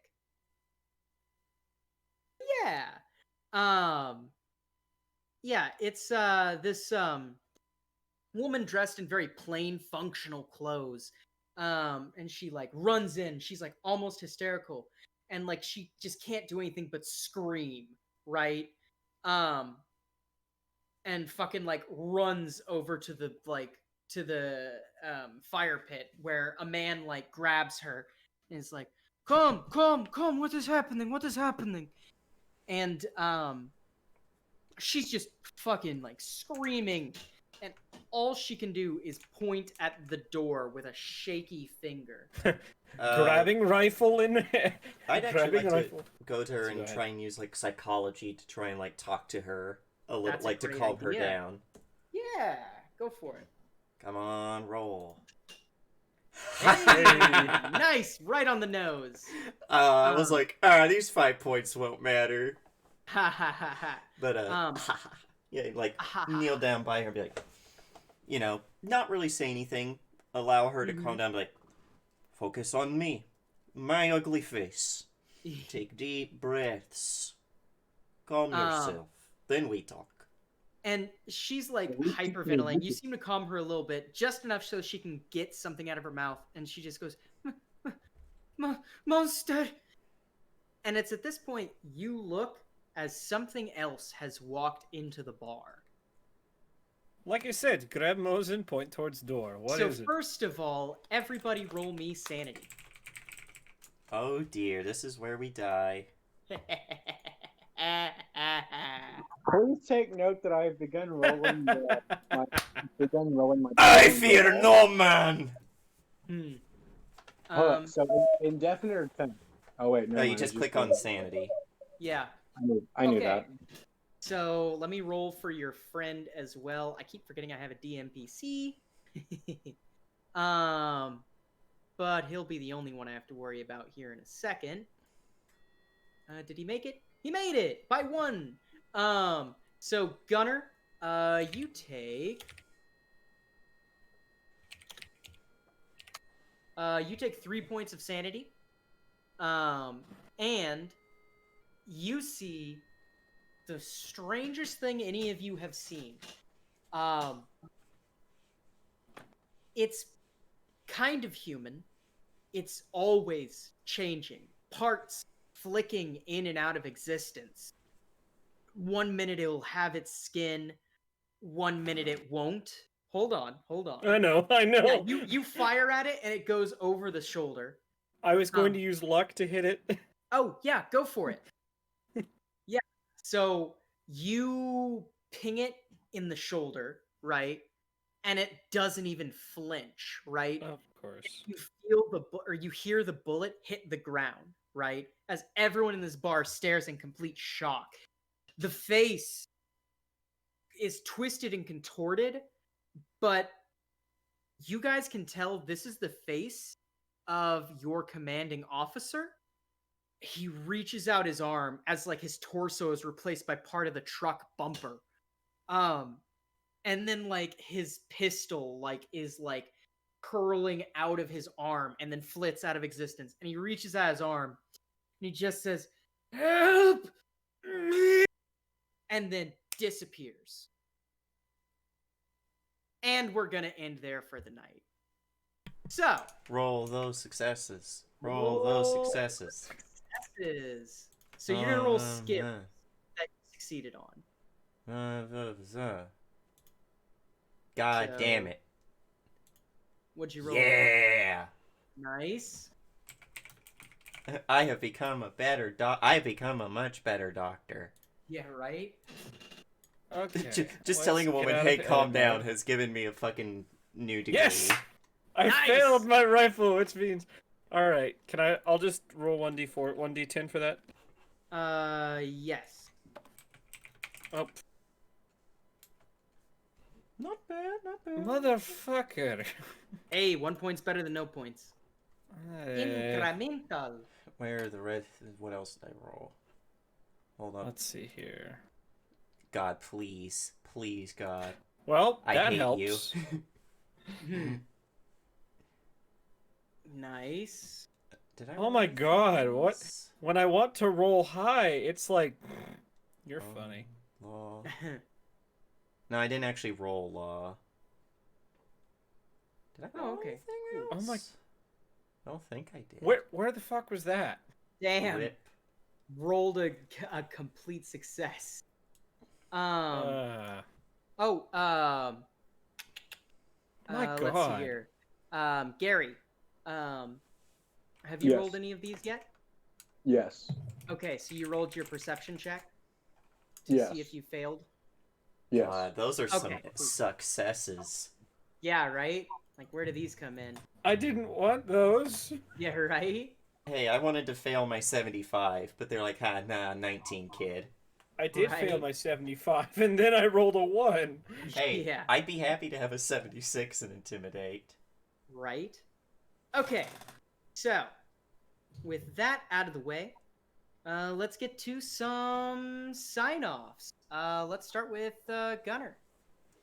Hello, ladies and gentlemen. You just saw me playing Anatoly Bashenko, the cook of the group, who is not sad that asshole lieutenant is gone because, well, honestly, I think he looks a lot better than he did before.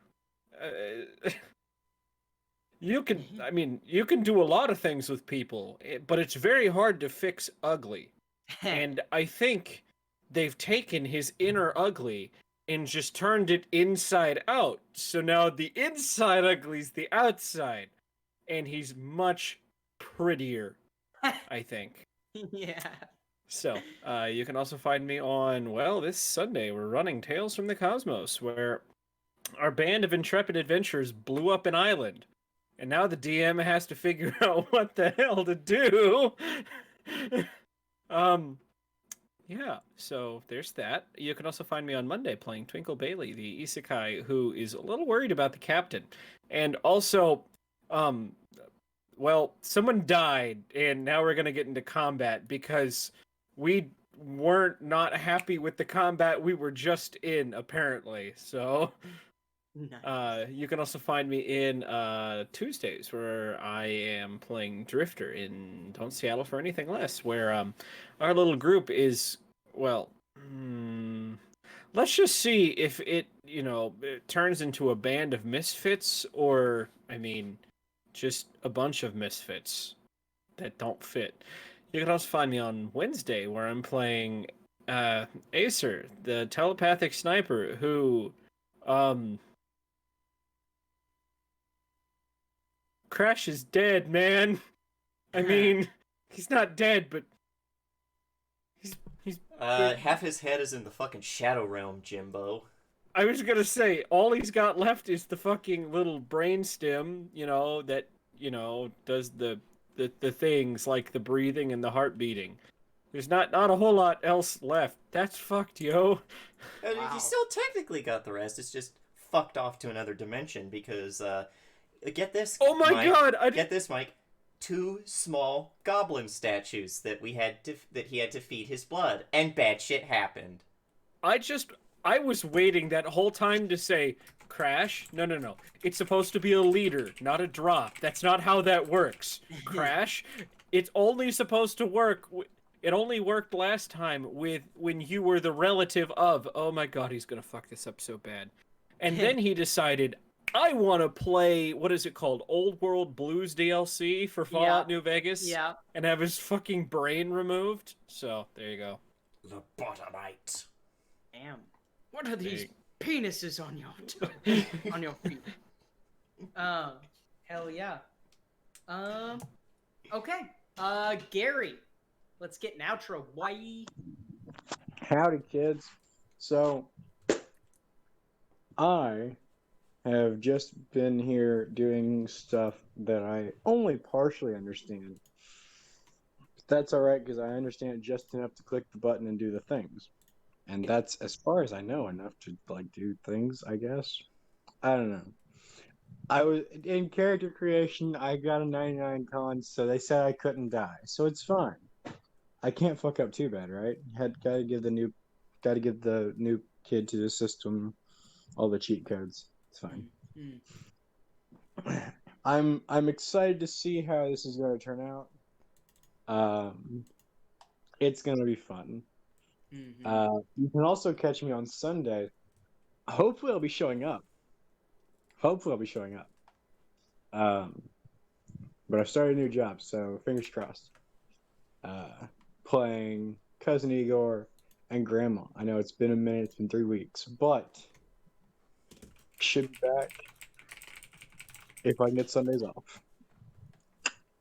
If not, Grandma died of old age. True. Grandma, I mean, it's probably time anyway. for the betterment of the world, it's probably time. Oh man, that's good. If I have to leave, she had a heart attack and Igor had to take care of her. If I come back, it's okay. Heart attacks are nothing, Until they aren't. I mean, says the DM. Who's until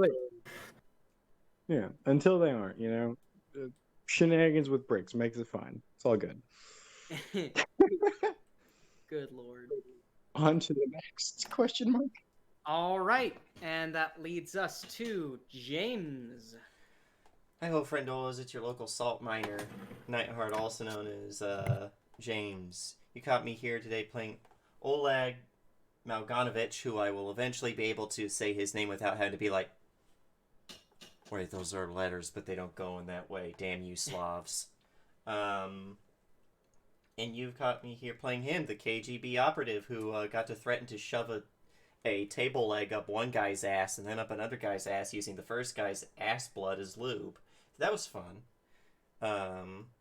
I'm looking forward to getting to roll more intimidations and just fucking go bonkers on people. That was fun. Today's Thursday. On Sundays, you can eventually find me in Settlers of Catan versus Bob, where we will figure out what to do with the fact that we have just sent an island the way of Krakatoa. Although, to be fair, it had Zambles on it. And if you got the Zambies, nuke them from orbit's the only way to be sure. Wait. True. Wait, what? Wrong franchise. Wait, no zombies? Well, Bodaks, they're undead, and, all undead look the same to me. That's racist. No, is it racist or is it ableist? Because they're the living impaired. Listen, Gary is our resident necrophilia. I mean, necromancer. Hey. Gary is our resident mono black player. Hey, that's not true. I play Jung. James, not James, Gary. You're What? missing Are the you? point. How long have you been working on that mono black zombie deck? It's not mono black. It's 4 colors. He likes it though because it Gary. has zombies. Anyway, It's can got also. every color but white. No, it's got every color but green. My bad. I was about to say, wow, that's racist. On Mondays you can find me in. No Martians Uh, allowed.